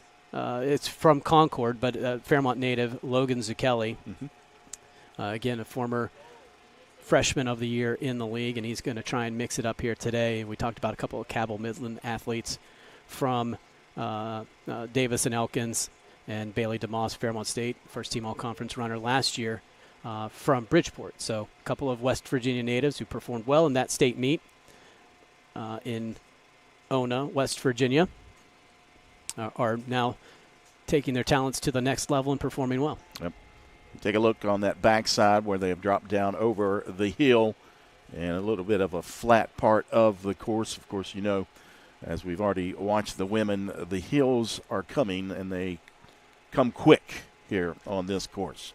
Yeah, and sometimes you're a little bit concerned if you're the second race about how maybe the conditions deteriorated over time. I don't think it's not looking like there should be much issue with that. Looks like it's held up pretty well. Right. You said there's not a lot of races you have. There's a lot of teams, a lot of participants. Here today, you don't have that. Yeah, that's right. There's not been a whole lot of foot traffic on there, which is good. Quite honestly, sometimes the lead vehicle can cause some of the issues that you might have out there, but everything looks good. It's one of the benefits of being on a golf course. You know it's going to be pretty well maintained. You know, we talked about it during the women's race and the men's race again. This is an animal. This championship is an absolute animal. This course is an animal that you have to really kind of think your way through. Some of these other courses that are dead flat, you know what you should be through 2 miles at, on your watch or your pacing. The time means nothing. It means absolutely nothing here today. You're trying to win a championship, and you're trying to gauge how you feel, how the person next to you feel. Are you where you should be? How you're feeling? There's just a lot that goes into it here. Looks like we might have an early move here looking at the drone. And they're coming back up a hill there, and then they'll switch back and come right back to us up to the point. Early in the race, they're about a little over 4 minutes into it. What are they thinking here, Adam? Yeah, you see, it looks like George Cootie has taken the lead here. You get through that first little part and you think, okay, when am I going to start to get a little bit of separation? You see him take a quick little look back over his shoulder. Zucchelli standing in second place. You're just trying to measure out. This is a long race, so you're still not even towards the mile mark yet. That you just are measuring everything up. How are you feeling? How are you feeling right now? Do I need to make a move? Trying to bring Jesse in there. Hey, Jesse, can you hear us? Hey, I'm out here just about 5 minutes in, a little 5 minutes in. UC is 1, 6, 7, 8, 9, 5 of the top 9. D&E is sitting 3, 4, 5 right now in that top 10. Of course, Adam, you talked about those two teams there at the beginning of the race. Yeah, this will probably come down to that, and I think it's going to be really key for Charleston to try and continue to put runners up in front of D&E's top runners, but it sounds like D&E is packing up pretty well. Would you say, Jess? Yeah, they're 3, 4, 5 right now as they went by. Charleston 1, 6, 7, 8, 9. D&E does have an 11 in there. Well, it'd be really key if Davis and Elkins was able to put 3 runners in front of Charleston second, but we still have a long, long way to go in this one. Yeah, long way to go. Hey, Jesse, what's the course looking like? I know we talked about, you've already had the women's race. You've got the lead vehicle out there. Does it still look firm?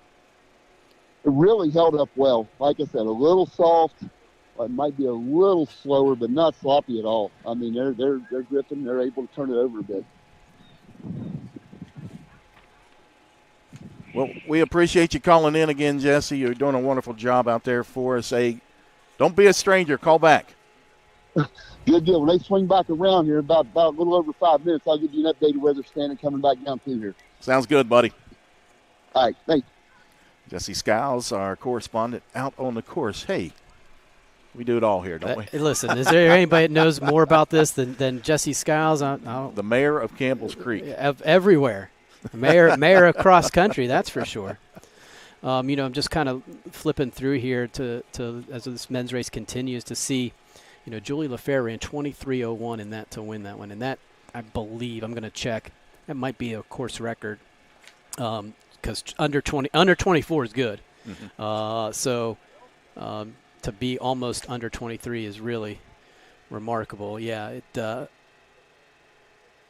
Claire Oat ran 23:23 back in 2019, and then that's the fastest. Hannah Kemp won this one at 23:33. So Julie LaFerre with the meet record or course record on this one here today. So you get an indication of the conditions and the footing. She's run faster than anybody's ever done this before. So I would say that the footing and everything like that should be okay here.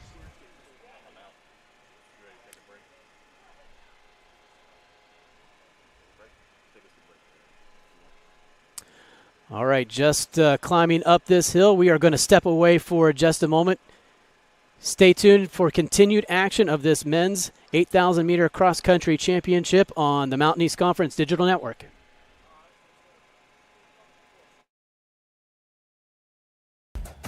What are you working for? Do you want to pursue your athletic potential while earning a degree that will benefit you for a lifetime? Do you want to play at the highest level in your sport? Do you want to be a champion? That's what the proud members of the Mountain East Conference are advancing toward every day. Providing opportunities and pursuing excellence. The Mountain East Conference.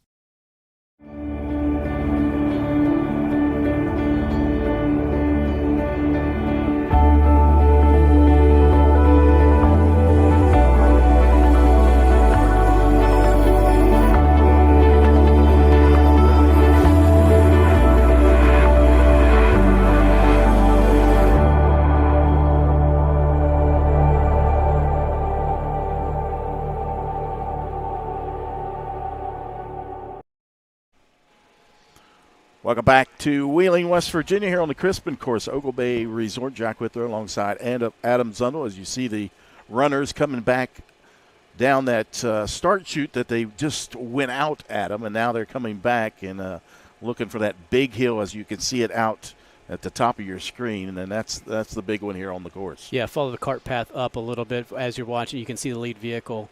That's going to take them up that hill, and you think you're at the top, and then it just keeps climbing a little bit more. And so we're going to have some competition here at the lead. I think we probably expected George Cootie to proverbially run away with it and open that gap. But again, look at this. I mean, you get a really good idea of the elevation there and that last little crest coming up that hill. And you see, and even still a little bit more, not quite as dramatic as that little push. But that's when we talked about it earlier, the fans being out on the course, the parents, the coaches, and you did a video yesterday where you asked some of these players, who do they hear when they're on the course and racing? Let's take a look at that one. I can always hear my dad cheering. Oh, Coach Myers, 100%. Oh, my dad, 100% my dad. His voice, I can hear it. In a crowd of 1,000 plus, I can hear him. Our coach, Patrick. Definitely Coach Kelsey. If there's anybody that can scream as loud as she can and make you heard, it is her. Mikey Gwen. So there you have a word from the guys of who they hear when they're out on the course. As you take a look at the leaders coming back down on that backside on the road that winds down through the backwoods there of the course. Again, the beautiful shots from the drone and our lead vehicle today. Yeah, this is a tough part of the course when it comes to footing. It is downhill, so you want to take advantage of it. And you've got some gravel in there, That's some right. mud, and we heard that earlier from the ladies talking about the footing and what was out there. Yep. And because that's basically a back road for the golf course to get things back and forth, and so there's going to be a little bit of ruts back there. It's not terribly dangerous. You just have to be careful. You just have to be mindful. It's not the athletes wouldn't be put necessarily in harm's way, but you do have to be mindful and find your spot. And again, kind of find your pace too, because you can't just go flying down there because of some of the challenges. You have to be really mindful as you make your way down that hill. You look at the beautiful terrain here at Ogle Bay Resort on the Crispin course there from the drone shot, and then we're back at our lead vehicle. And you see George Cootie starting to open it up a little bit here more, and a really good job here. But here's where this race will be won from a team standpoint. It's not going to be necessarily won up front. It's going to be won here in these packs, these second and third packs, as we see them come along. As we've got another update coming on the course here from Jesse Skiles. Jesse, what are you seeing?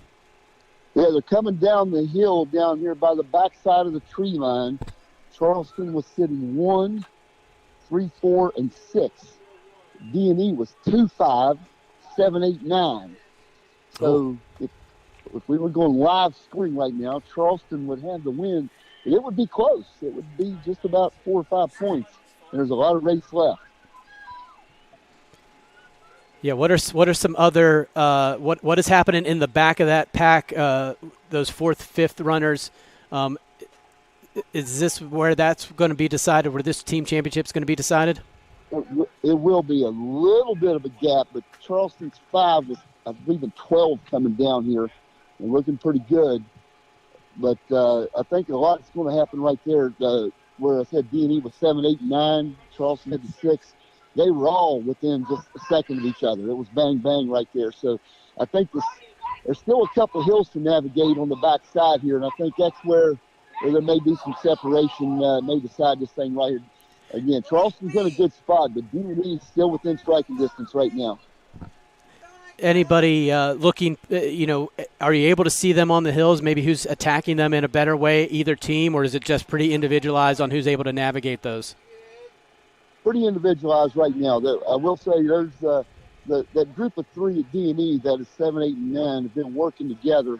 Looks like they're pulling up a little bit towards UC6, but it looks like he may have pulled away a little bit right now, come back around, back up the hill. So it's like UC's holding serve to that challenge at this last surge coming from D&E back here as a group. We appreciate it. Entertaining race.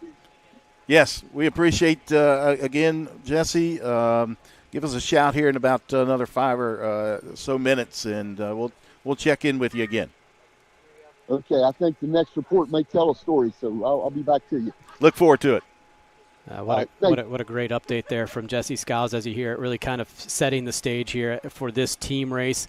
Charleston comes in as the favorite, and here's the different part about this race that's going to be different from regionals, that this is a small race. Mm-hmm. And so when this gap here today that George Cootie has opened up, next week, if he wins it, there's going to be 8, 9 people between him and second place. Today there's none. So there's only 1 point now separating them in this large gap. And that's how a small race can, really change the dynamic from a team standpoint on how these things shake out. And Davis and Elkins is absolutely executing a terrific strategy here today, building a pack, 3, 4, and 5 here to try and, get those low numbers, stay together, and just see what happens.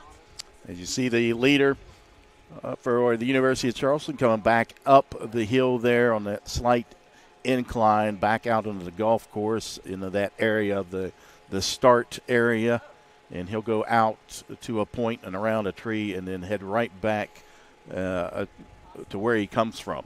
Yeah, and what's difficult about this course, in addition to the hills, is finding a rhythm, and a lot of other courses you might have a hill, but then you settle and things settle out. This is just consistently you go up hard and then you got to come down hard and then it starts to roll again and then you go up again. So it's just finding your rhythm and regaining it, right, as you continue to battle this hill. But again, we said it during the women's, we'll say it during the men's, that I firmly believe there is no tougher course out there, and you can wear this as a badge of honor. You see the huge gap there as the Davis and Elkins runner is on your right, but this is a huge badge of honor to come and conquer this course. We'll take a quick break, and then when we come back, we'll have continuing coverage live from here in Wheeling, West Virginia, the 2023 Mountain East Conference Cross Country Championships here on the Mountain East Digital Network. Unlocking your potential and discovering your purpose. It's about community and how we can better serve others. It's about learning and doing. It's about the journey and the road getting there. It's about opportunities and the endless possibilities. It's about finding where you belong, and it is here at Concord University. It's about you, and it starts with you.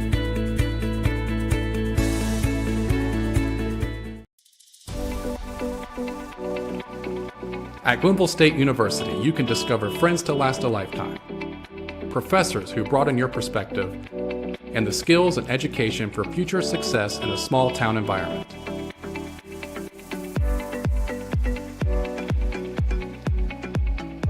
At Glenville State University, you can become a pioneer.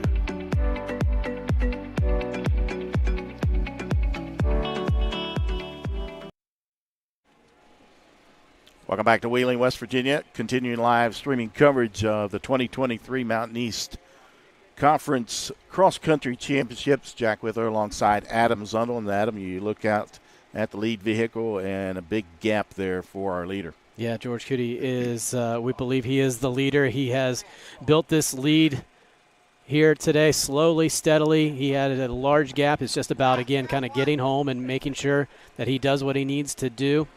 You don't want to overextend yourself. Charleston has big things. You see him take a look back. Sometimes that can be a sign of concern. Sometimes it's just a little bit of curiosity. Where is everybody behind me? How's my team doing? Because I believe that he looks firmly in control of this. But again, Charleston is looking ahead for a couple of weeks. They have, qualified for the national championships. That is a big goal of theirs. Obviously, they want to win a Mountain East Conference championship. They've won several consecutively here. And so, the goal is a championship, but also you have to be mindful that you do have a regional championship coming up. So if you can take care of business, get out in front, as we see happening here, and if you could maybe throttle it down a little bit so that you don't have to max out red line here today, that would be the ideal scenario up front here for the Golden Eagles.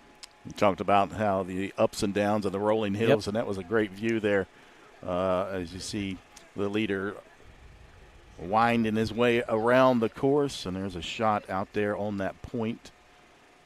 Yeah, and again, I think we said it, but if you just are joining us for the men's race, it is so difficult to bring as much coverage as of a cross-country championship. I am quite the consumer of it, and I think you're getting some great looks at it here today.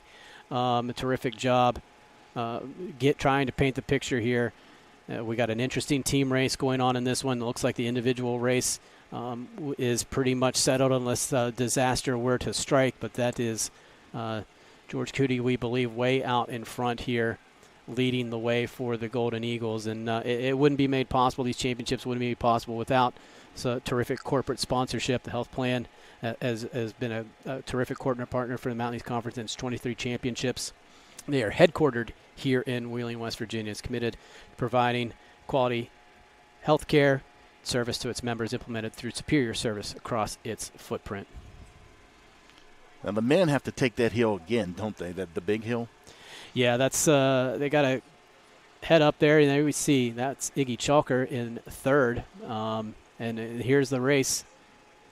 Another Charleston runner and another Davis and Elkins runner. So the Golden Eagles and the Senators are piling runners in this top 10, and it looks like that's 4 runners there for UC, and there's that pack of Davis and Elkins. That looks like Preston Prather in Cray for Concord, making his way to the top of the hill.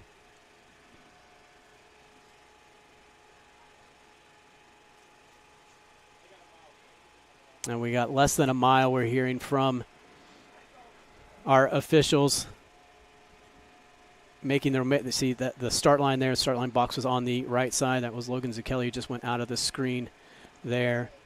And what happens if you happen to become disengaged from maybe where you want to be in those lead packs, you have to be really mentally strong, and because you don't want to get caught in no man's land, you don't want to drift. You have to stay engaged in what is happening and try to make your move, try to make the most of what you've got left.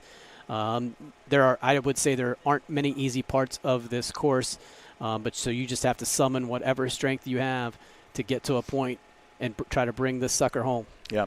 I asked you during the women's race in the latter part, what are they thinking, going through their mind, and you said, just get home. Yeah, that's right, just get home. I mean, how much more do I have left? It's a constant dialogue. It's a constant thing you're measuring, how much you have in you and how much you have left. Hey, Jesse, we got you live again, buddy. Okay, hey, we're out here. They're making the turn coming around on the lower section right now, and Charleston made the move. They drew everything up and pulled away some there. This last time through, they were actually 1, 3, 4, 6, 7. So what I told you last time of their last report, they were about 4 or 5 points ahead. They pulled it out. They would be about like 13 or 14 now. It looked like Davison Elkins was doing a nice job packing it up, and then you talked about this move. Did Charleston's runners kind of move together in a pack there? They moved, the two that were back there, 6 or 7, moved up, and where their 5 was sitting in 11th or 12th at that point, moved up with the back of the other group. So now, having 5 in the top 7, that's going to be, there's race left, but it looks like they've really solidified their spot to take this home.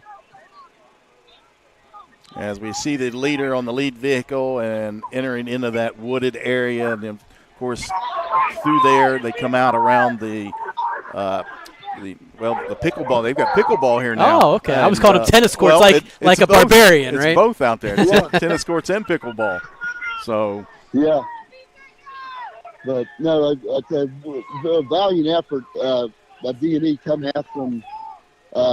Through the midpoint of this race, but Charleston held serve and then pulled away late. It looks like here's how it's going to fall. Yeah, it sounded like Davison Elkins really took their shot, tried to send a message early, and then at the end of the day, Charleston probably waited to go after that hill and really make a move and take advantage of the back half of this course. Yeah. We appreciate it again, Jesse, for calling us and being a part of this today. Enjoyed it, buddy. Okay, thank you, guys. All right. Jesse Skiles out on the course, the boots on the ground. I've called him about everything today. Yeah, that's right.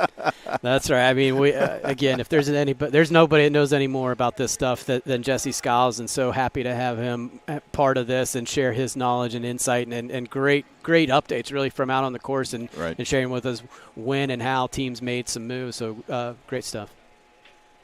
So you've got the drone here, the shot, and of course the runners will come back out of the woods and around the tennis courts and the pickleball courts, and you see the green there. They'll make the turn around that, and then the left turn into the finishing chute as we take a look back out on the course. Yeah, and be sure to hang with us here as we'll get a shot of the finish line here and see the runners come in. We'll try to grab some athletes and coaches and hear their thoughts about the race today. So be sure to stay with us as the runners start to make their way to the finish, to and through the finish line. As you see the lead vehicle now, and the leader coming around the last turn. A terrific shot again from the drone. You get such a good picture of what he's facing as he makes this last little surge. You're going to come down a little bit hill, and it almost just funnels you right into this last little chute, about 150 yards, that last little bit. And here he comes.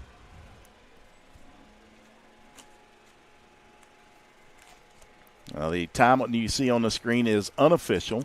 And that is George Cootie. We saw him all day. He is your 2023 Mountain East Conference champion.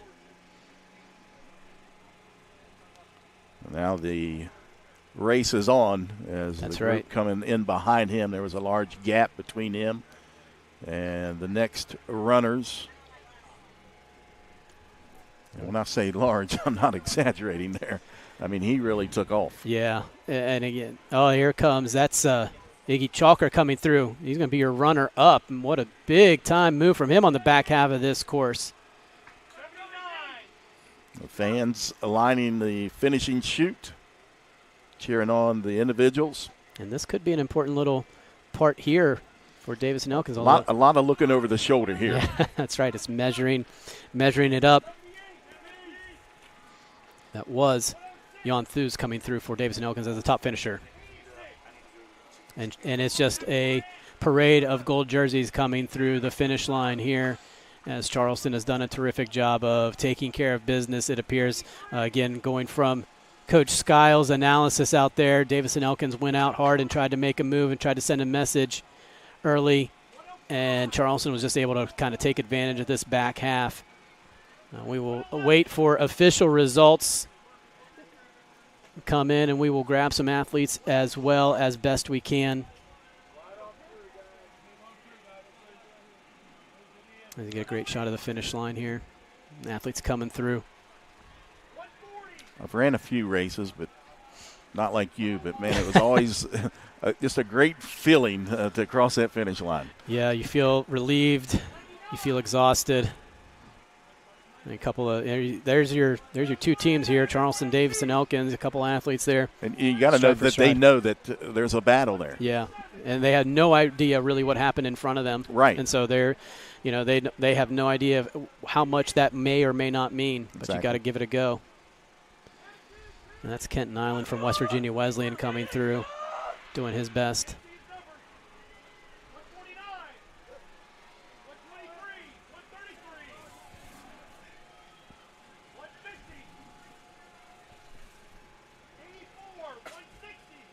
Runners continuing here for the men's race.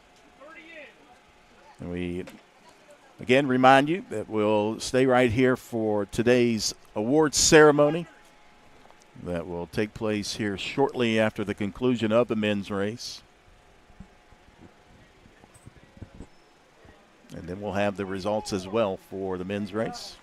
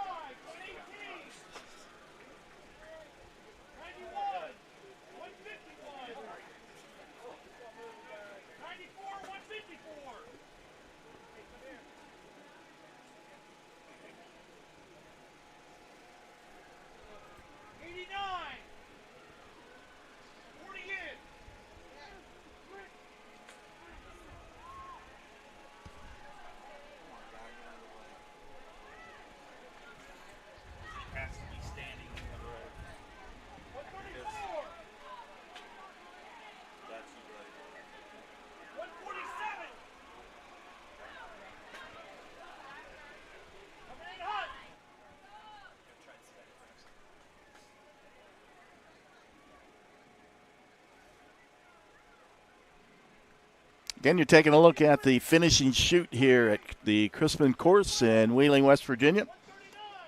So continue our live streaming coverage of the men's race for the Mountain East Digital Network. Women's race concluding earlier. And we remind you that you can go back and watch all the coverage of today's events on the Mountain East Conference website, mountaineast.org. As Adam is trying to round up some of the top finishers. And maybe a coach or two today we can bring in. Yeah, I think we have George on his way. I believe we'll have Iggy as well, and we're going to try and get Jan in here as well. I don't want to overpromise though, but I believe George is coming. He had a head start on everybody, so he should be pretty easy to bring in here, right? Exactly. That's sure.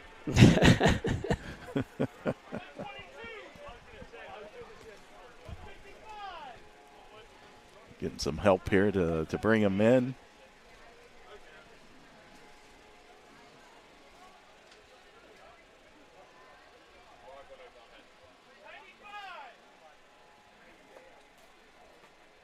All right, we have our men's champion with us from the University of Charleston, George Cootie. George, congratulations on the race. What was the strategy here today? I thought I'd go about slower than normal. I usually set off way too fast at the start, and then I settled in and found a hill that seemed like all right, and I pushed up it and just tried to set the pace from there and try and break everyone throughout the race. Yeah, the hill seemed all right. I'm sure a lot was made about this course and how hilly was it.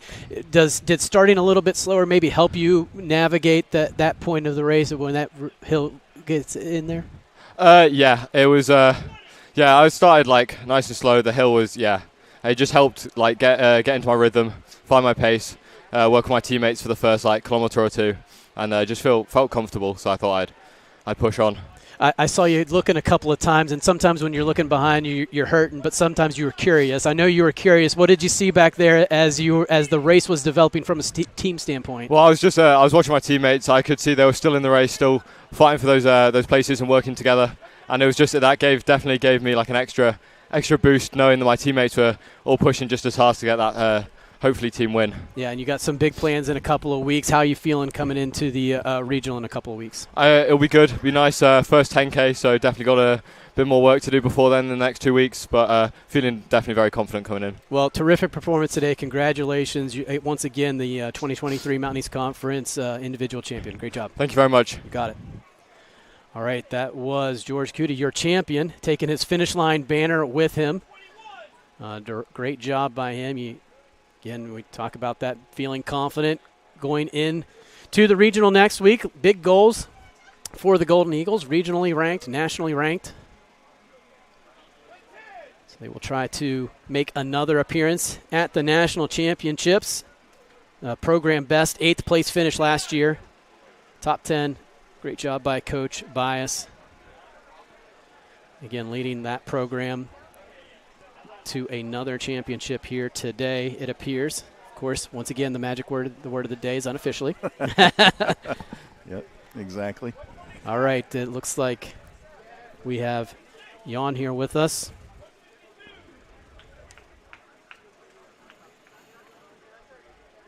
All right, Henry? Nice to be on. How are you? We have Henry Schmidt with us here right now. Tell us a little bit about the race day, how it developed for you. What was the strategy? The strategy was just to run with my teammates, have a strong pack, and run together. And I got out a bit fast, and I really just wanted to stick with the leader and give it my all for my team, no matter what the result. And I did that for the first 3 or so miles. Then it got really tough, and I stuck with it, though, and I'm really happy with a 5th place finish, and I'm really happy my teammate Jan Thies finished right above me, and I'm really proud of the guys today. Yeah, it seemed like, I think the key today to try and get Charleston was to pack up and try to send a message early. Was that kind of the game plan going out there today? Yeah, of course. I mean, my teammates are my brothers.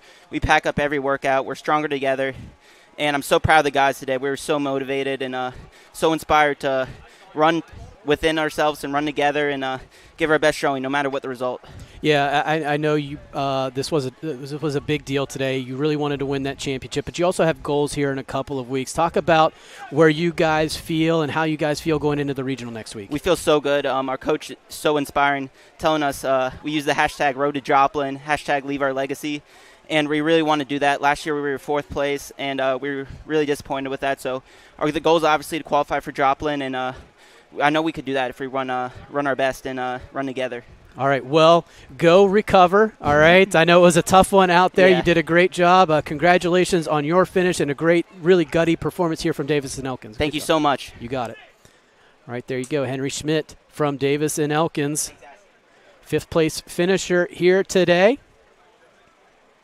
And you basically said what Coach Skiles indicated is that they were going to try and go out and do as much as they could here in the early going. And we got another athlete coming in here today from the University of Charleston. It's Iggy Chalker. Iggy, good job. We meet again. We talked yesterday. Tell us a little bit about your game plan coming into this one. It looked like you were a second-half racer here today. Is that the plan? Yeah, for sure. We know how tough the course is today, so I wanted to get the race going fast, going down the initial hill. So kind of took off down that, brought it out fast, let the guys run themselves out a little bit over the hills, and then just tried to work them down. I mean, I was hurting just like everyone else, but had a little bit of steam left over, so got it done. Yeah, you were talking about just kind of taking care of business yesterday, just kind of making this sort of a business endeavor. How do you think the team handled today? And again, Davis and Elkins, it looked like they were out and were giving you their best shot. How do you think the team responded to that? Yeah, honestly, very impressed with the D&E boys, of course, but our guys, Matisse didn't have the race he wanted. He hung tough, got it done, finished well, and even our more like 4 through 7 pack, I was extremely impressed with how they raced today. Very mature and very tough. How do you react to that when you probably noticed Matisse out there maybe not with you or going by him? How do you react to that and take maybe a little bit more ownership of what's going on, because you don't know really what's going on behind you? Yeah, for sure. At the end of the day, each guy can only do what he can on that day, and if one of the guys isn't having their best day, then someone's got to make up for it, and I think we got it done. Yeah, it was a really impressive performance today. We talked to a couple of the guys. We talked to George, and we talked to Henry from Davis and Elkins about the next couple of weeks training and getting ready for the regional. How are you feeling? How are you going to prepare for that? Feel great. The work's mostly done. As our Henry's and my JUCO coach said, Coach Spindler, the cake is baked. So now we're just getting the last couple sessions done, and then take care of business. Same in regionals, and nationals is what counts. All right, the cake is baked, but don't eat the icing because you don't need that carbs just yet. All right. Hey, congratulations. Great performance here today. Great job to the University of Charleston. Yep, thank you. All right, there's Iggy Chalker from the University of Charleston. Terrific performance again by the Golden Eagles. And we're going to try and bring Nick Bias in here shortly. Looks to be a double champion here today on the men's and women's side. And again, the plan here today will be to stream the awards here momentarily at 11:30 or when the results are official. And we do have Coach Bias with us here today. Coach, let's first go ahead and start. Looks like you got a couple more championships here today, but let's go ahead and start with the women's race. Your overall impressions of how things went on the women's side today. Our plan was to go out. We call it patiently aggressive on this course. This course is not a course that you can gun it from the get-go. So you have to pick your spots, and that's kind of what we talked about last night in our team meeting. And I think the girls, perfected it brilliantly. Up front, you had a course record. I'm not sure if you. I did not know that. Yeah. Okay. So and it wasn't even close by about 22 seconds.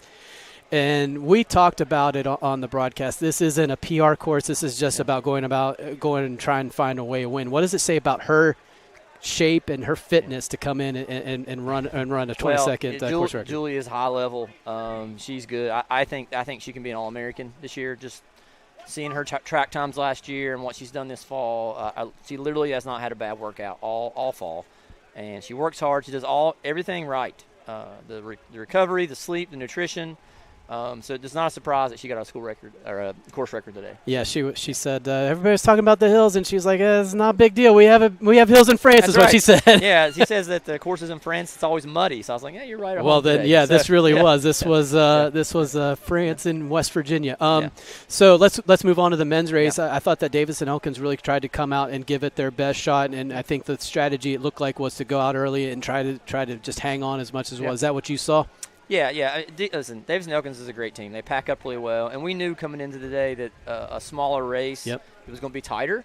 But I feel like that we knew coming in if we take care of our business, and with Cootie there, he's a front runner. I think he can be an All-American too in about a month. And with Iggy and Matisse, and I had you think about it today, out of our top 5, 3 of our top 5 are freshmen, and those guys had never ran here before. So for them to run that well in this course speaks volumes to their commitment and buy-in to our program and our system of training. So. Well, what about the preparation for this one? Because it seemed like it was a pretty conservative effort to run back half of it or maybe get past that one hill and then try to let it fly. Yeah, so we talked about last night and even this morning about, I don't think the race really begins until after the big downhill. Yep. So, between 3,200 meters and 4K, I think that's kind of one, and that's where we try to break it open. And I feel like we did that today, perfectly. And they broke it open on that downhill, and then even from there they extended it out there. I had a couple of guys down there, and they talked about just how they kind of broke it open from there. But that was kind of our strategy: hang tight, be patient, And then after the big hill, let's start working and moving through. And they did it brilliantly, and I'm just really proud of those guys today. Patiently aggressive, I think you'd Patiently already referenced. Yeah. All right, now let's spin it forward a little bit. You got 2 championships today, it appears. Again, we've been saying unofficially, but now you're looking forward to regionals. For the men, they go up in distance. Do you do any adjustments here in these final few weeks, or is everything pretty much settled? So what we'll do here the next 3 or 4 days is recover from this course. For sure. This course beats us up a little bit, so we'll recover. We'll come back next week, do something lighter in the week, and then have maybe more of an A session later in the week. And then we have Lock Haven in 2 weeks, which is a 10K for the guys, 6K again for the women. But I train these guys. They do a lot of workouts where they do 10K worth of work or 6 miles worth of work. So they know that we do that. We do tempos that are 10 and 12K and things like that too. And that course is completely flat, so it's going to be a completely different strategy on that course. So we'll go up there. We feel comfortable. We were just up there last month. We were able to win that invitational up there, get some good competition from other teams as well. And so we feel confident in our ability to prepare. Now it's just really important to recover, get our bodies right, get the nutrition, sleep that we need. And I think that's a big thing. I think sometimes as my mentor and college coach, Coach Cox would say, is sometimes less is more.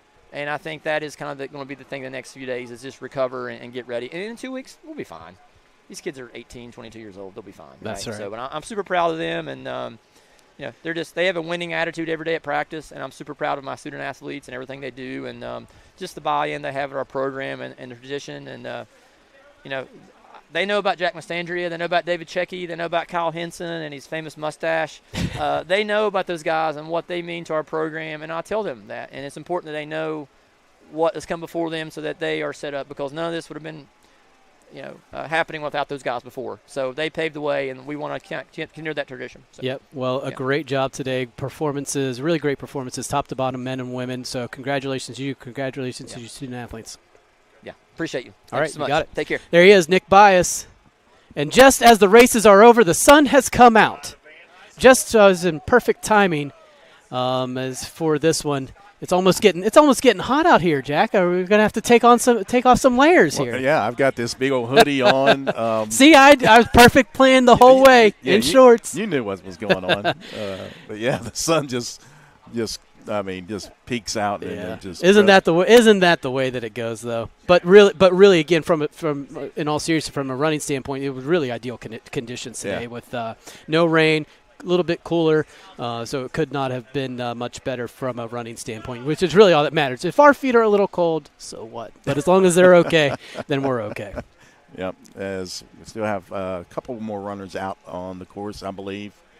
I don't think they've all finished. We'll have the men's result as soon as we get them. We'll go over those, and then. Again, we remind everybody to stick around. We'll have coverage of the awards ceremony that will take place out on the lawn here, right beside the finish chute. As we still, I think, not sure if we've still got runners out or not. Kind of hard to tell from where we're at. Yeah, Jack, you probably know the roster better than I do, but I think we need to make mention of all the folks that helped make this happen, this stream happen. We've been taking at bats at this for a while, I think, trying to get it right. And I think we're still. Well, listen, like I said, there's a lot of them out there, but I really feel confident that today was done really, really well and professionally, and it tries to match and mirror the performances and the effort that the student athletes put in. So you probably have a roster of people that should get credit for performing today. Of course, Butch Mounts and I, with video productions and our crew that we have, do a wonderful job, and they work really hard. And Butch is up here this year with me. And the effort that it takes to put something like this on out in the elements. Yep, absolutely. Where you have really no infrastructure, so you have to create it, and it's a challenge, but we're up for it. And like you said, our crew did a wonderful job. Our drone flyer today is Scott Abbott. He did a wonderful job flying the drone. Of course, I don't have their names, but we've got so many volunteers that they have brought in. I think from West Liberty, some kids from WVU has come over to help out. So we want to thank them. A couple of jobs we stuck a guy in the back of a side-by-side. That's and right. He was willing to do it, so we appreciate that.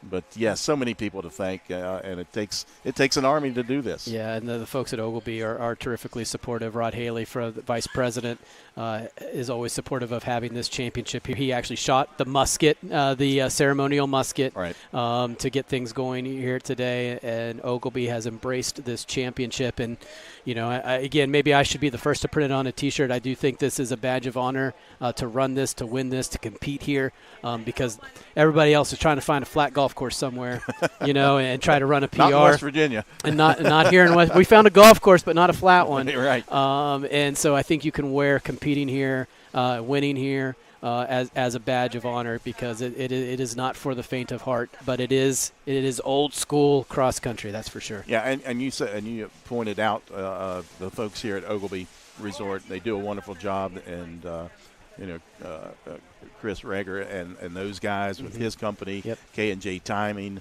You can check them out on knjtiming.com on their website. They do a wonderful job with these events. Yeah.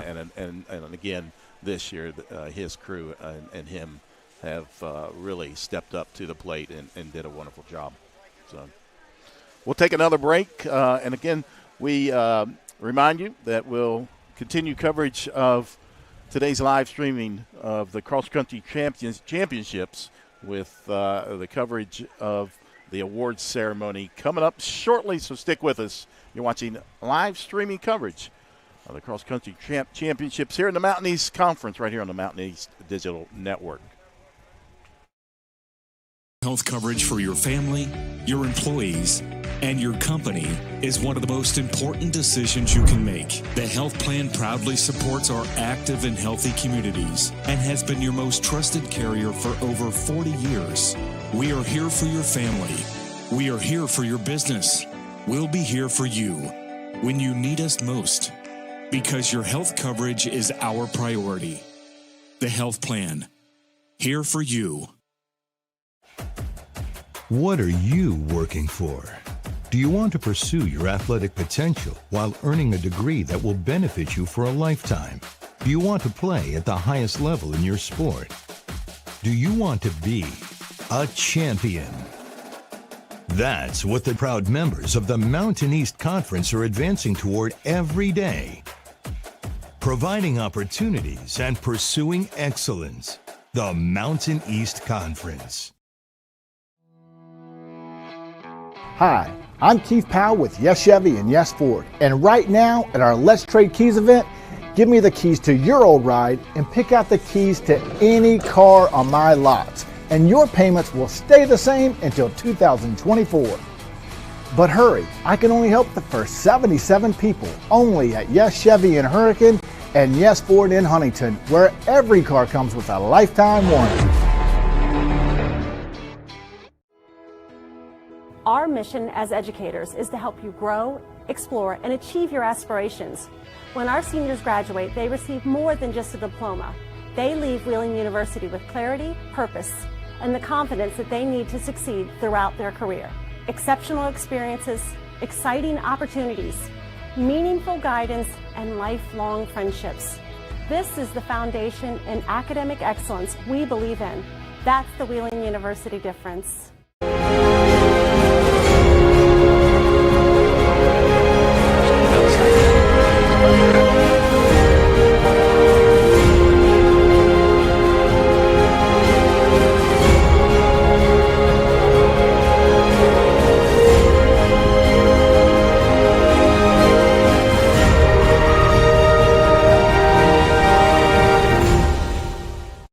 Tomorrow's innovators, teachers, caregivers, researchers, leaders, and creators all have one thing in common.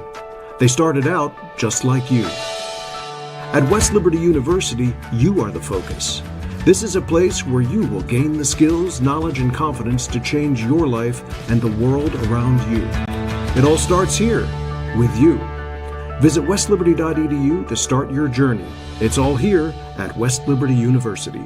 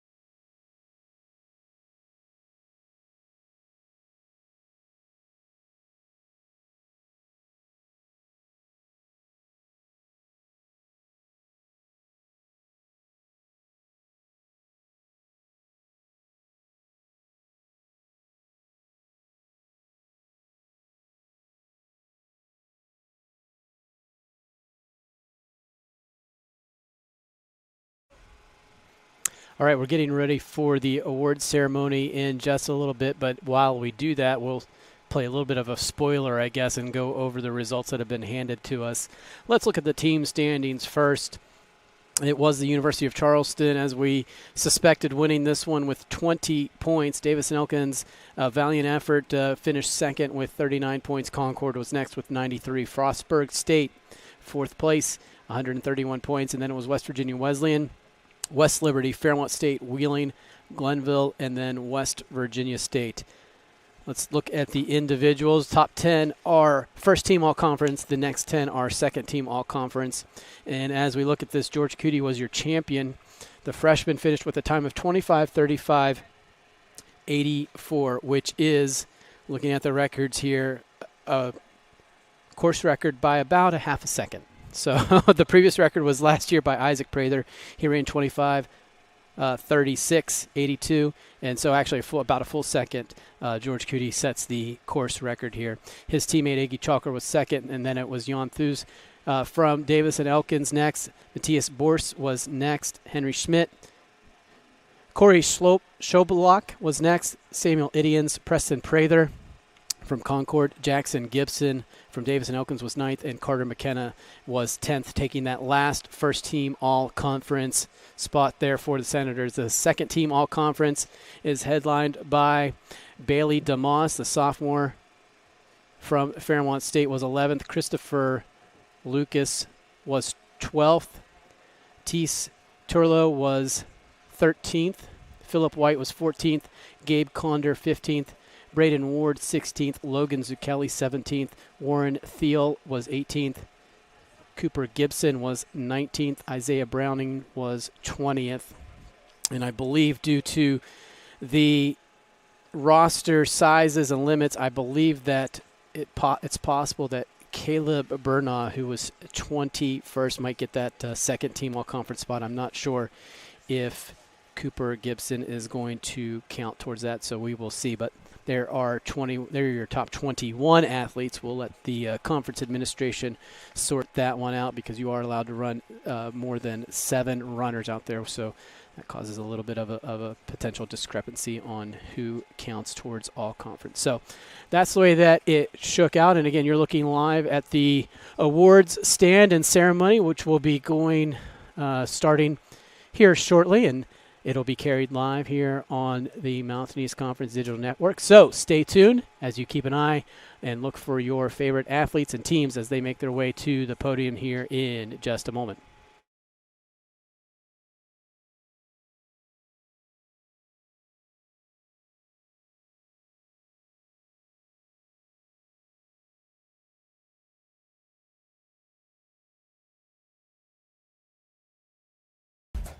What are you working for?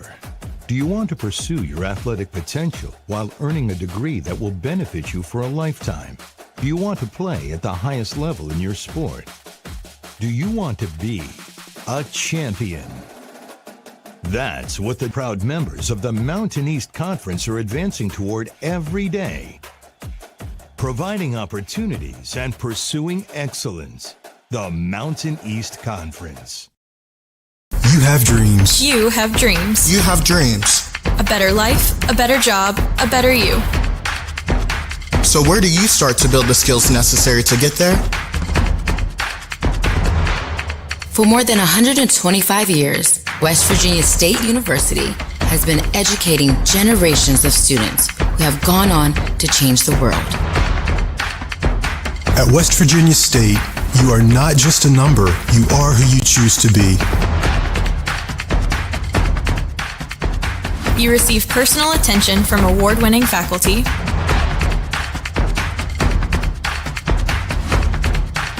You study in nationally recognized programs. You learn the skills that will get you the job you know you can have. No matter where you want to go or what you want to do, it starts at State.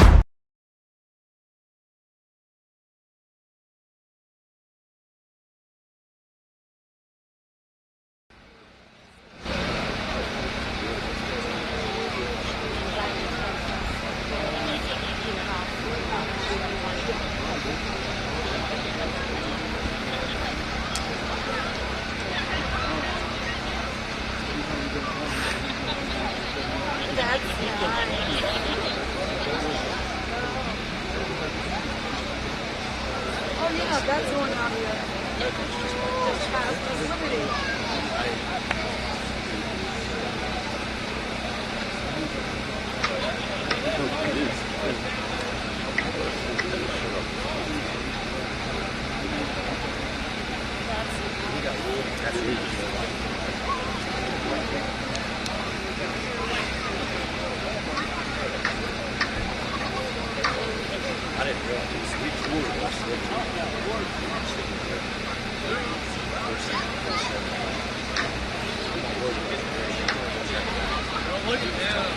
going on?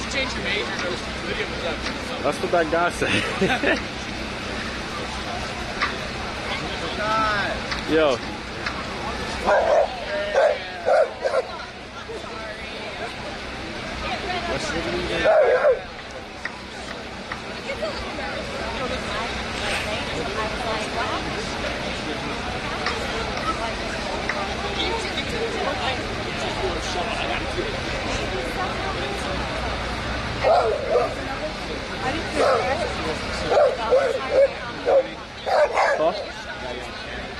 Yes, sir. Can't wait for this stuff starts though. Alright. I'll see you later.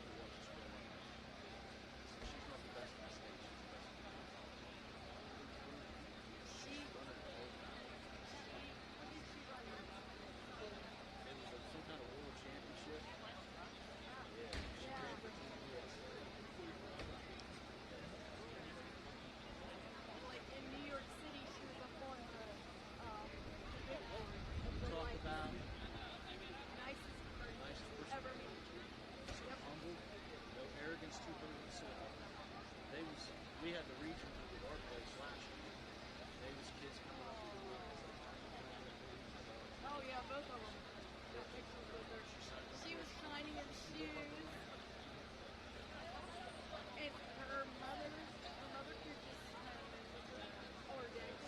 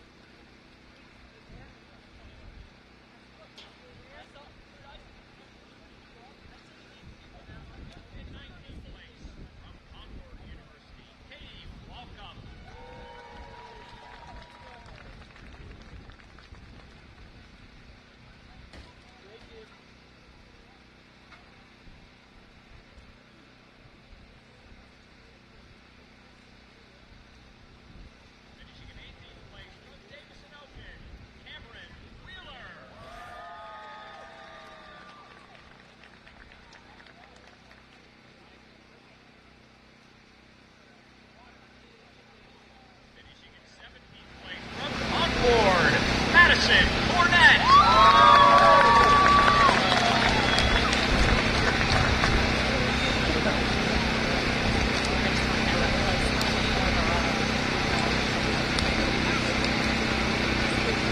Finishing in 16th place from Frostburg State, Elena Dice-Durand.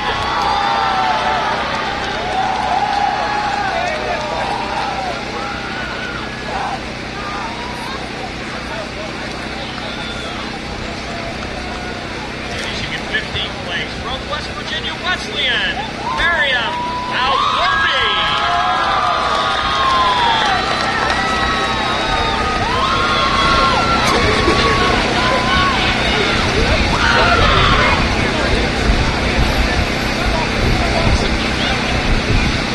In 14th place from the University of Charleston, Leah Markert.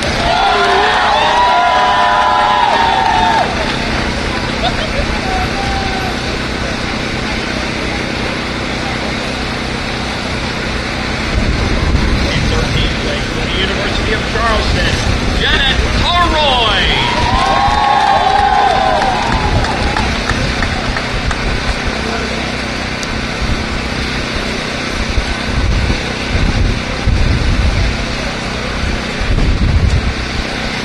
Finishing in 12th place from Davison-Elkin, Savannah Hartman.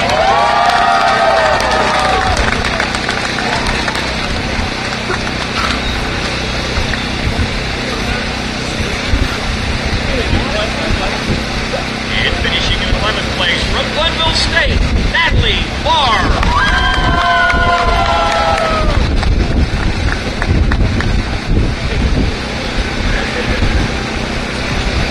Once again, congratulations, ladies, to our Mountain East Conference second team. And now, ladies and gentlemen, the All Mountain East Conference first team. And as you read your name, once again, join Mountain East Conference Senior Associate Commissioner Allie DeWitt to receive your All-Conference Award. And please remain on the stage until the entire team is recognized. Finishing in 10th place from Davison-Elkin, Ella Essen.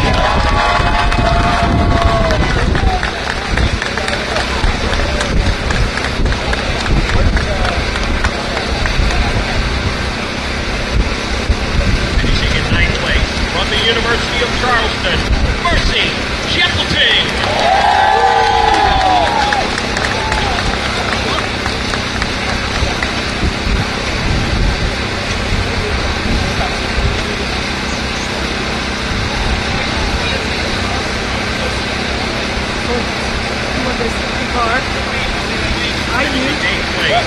Also from the University of Charleston, Madison Moonline.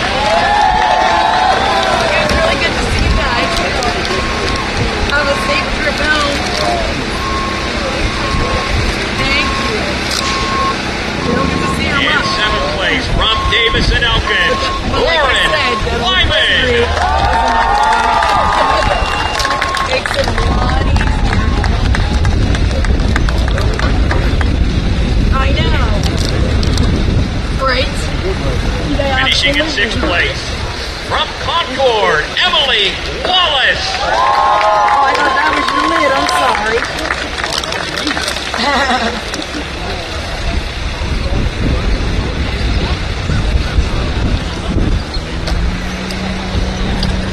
Finishing in 5th place from West Virginia Wesleyan, Leah Hall.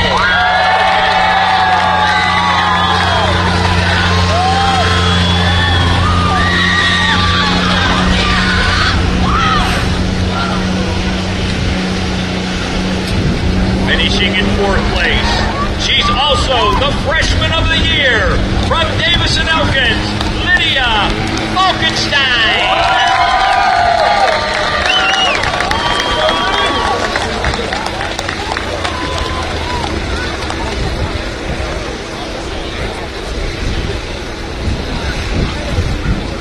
Okay, we'll meet you down here, okay? Finishing in 3rd place from the University of Charleston, Lily Dowdell.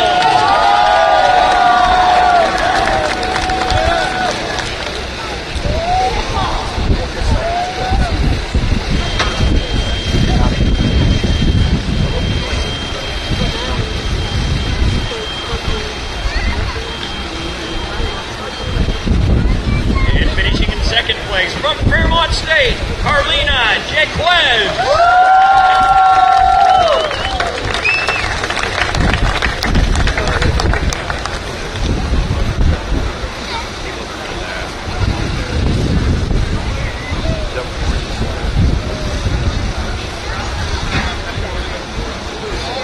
And finishing in first place, also the 2023 Mountain East Conference Runner of the Year from the University of Charleston, Julie LaFleur.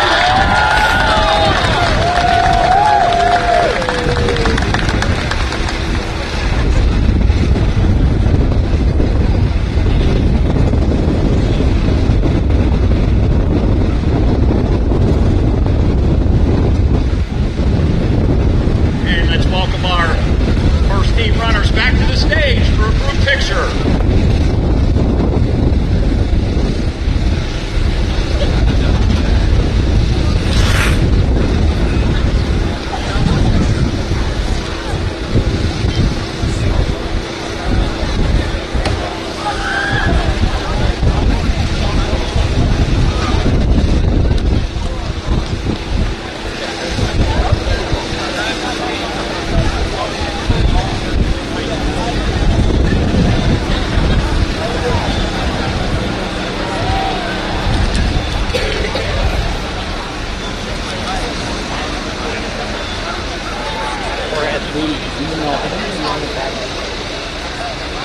Once again, ladies and gentlemen, the 2023 Mountain East Conference first team.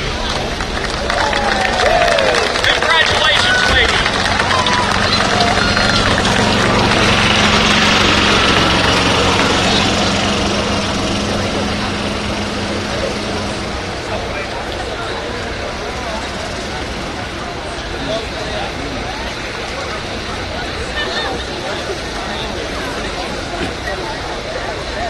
And now, ladies and gentlemen, the Mountain East Conference would like to present the Women's Cross Country Coach of the Year. Looks like I did this last year. The University of Charleston, Nick Lyons.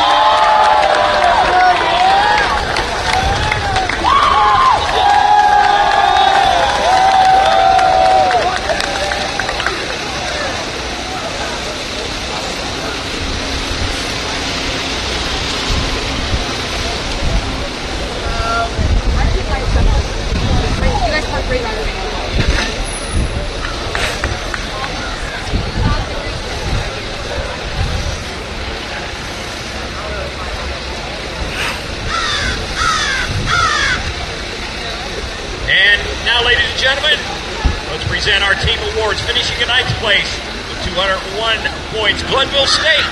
In 8th place with 199 points, Wheeling University. In 7th place with 181 points, West Liberty. In 6th place with 175, Fairmont State. Finishing in 5th place with 146 points, Frostburg State. In 4th place with 106 points, West Virginia Wesleyan. Finishing in 3rd place with 95, Concord University. Your runner-up with 51 points, Davis and Elkins. And ladies and gentlemen, your 2023 Mountain East Conference Cross Country Champion, the University of Charleston, with 34 points.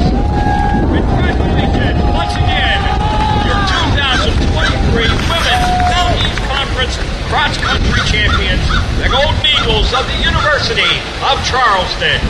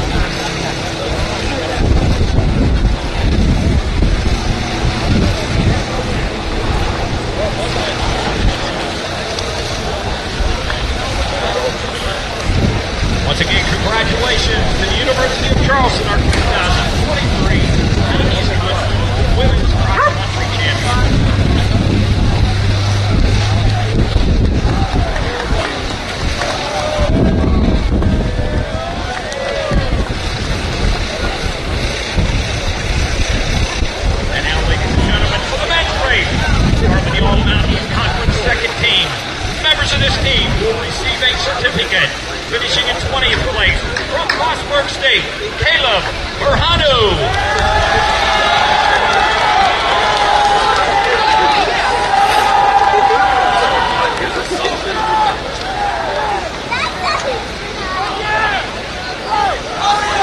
In 19th place from Wheeling University, Isaiah Browning.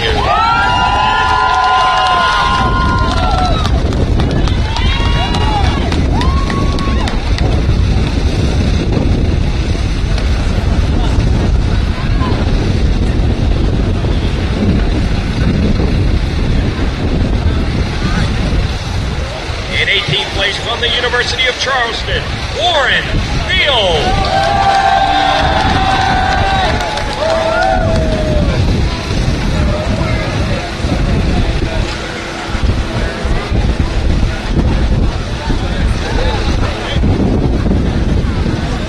Finishing in 17th place from Concord University, Logan Zucchelli.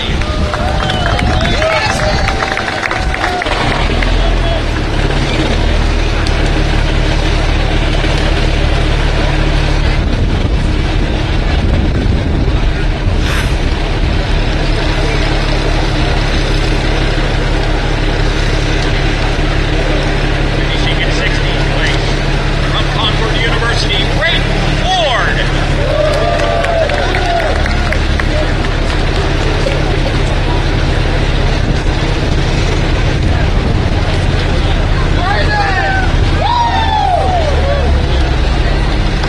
In 15th place from Davison Elkins, Gabe Ponder.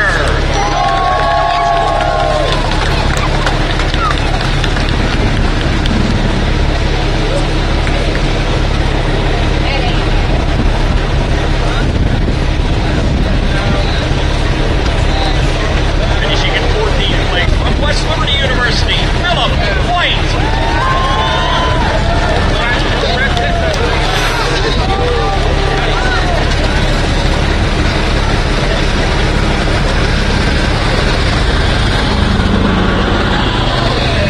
Finishing in 13th place from Davison Elkins, Tice Allo.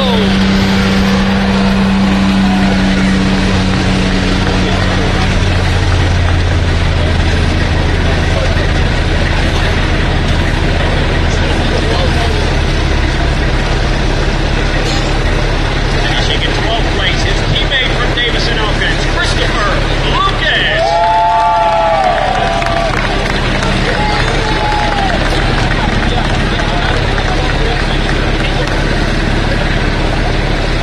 And rounding out the second team in 11th place from Fairmont State, Daryl Demas.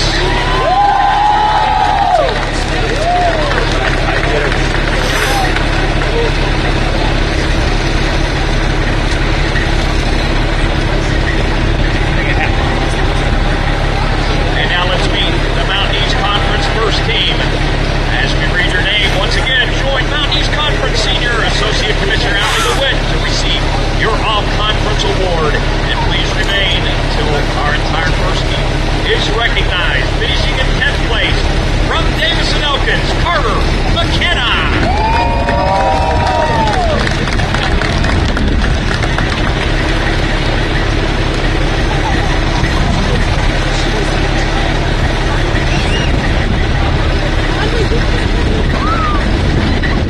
In 9th place, his teammate from Davison Elkins, Jackson Gibson.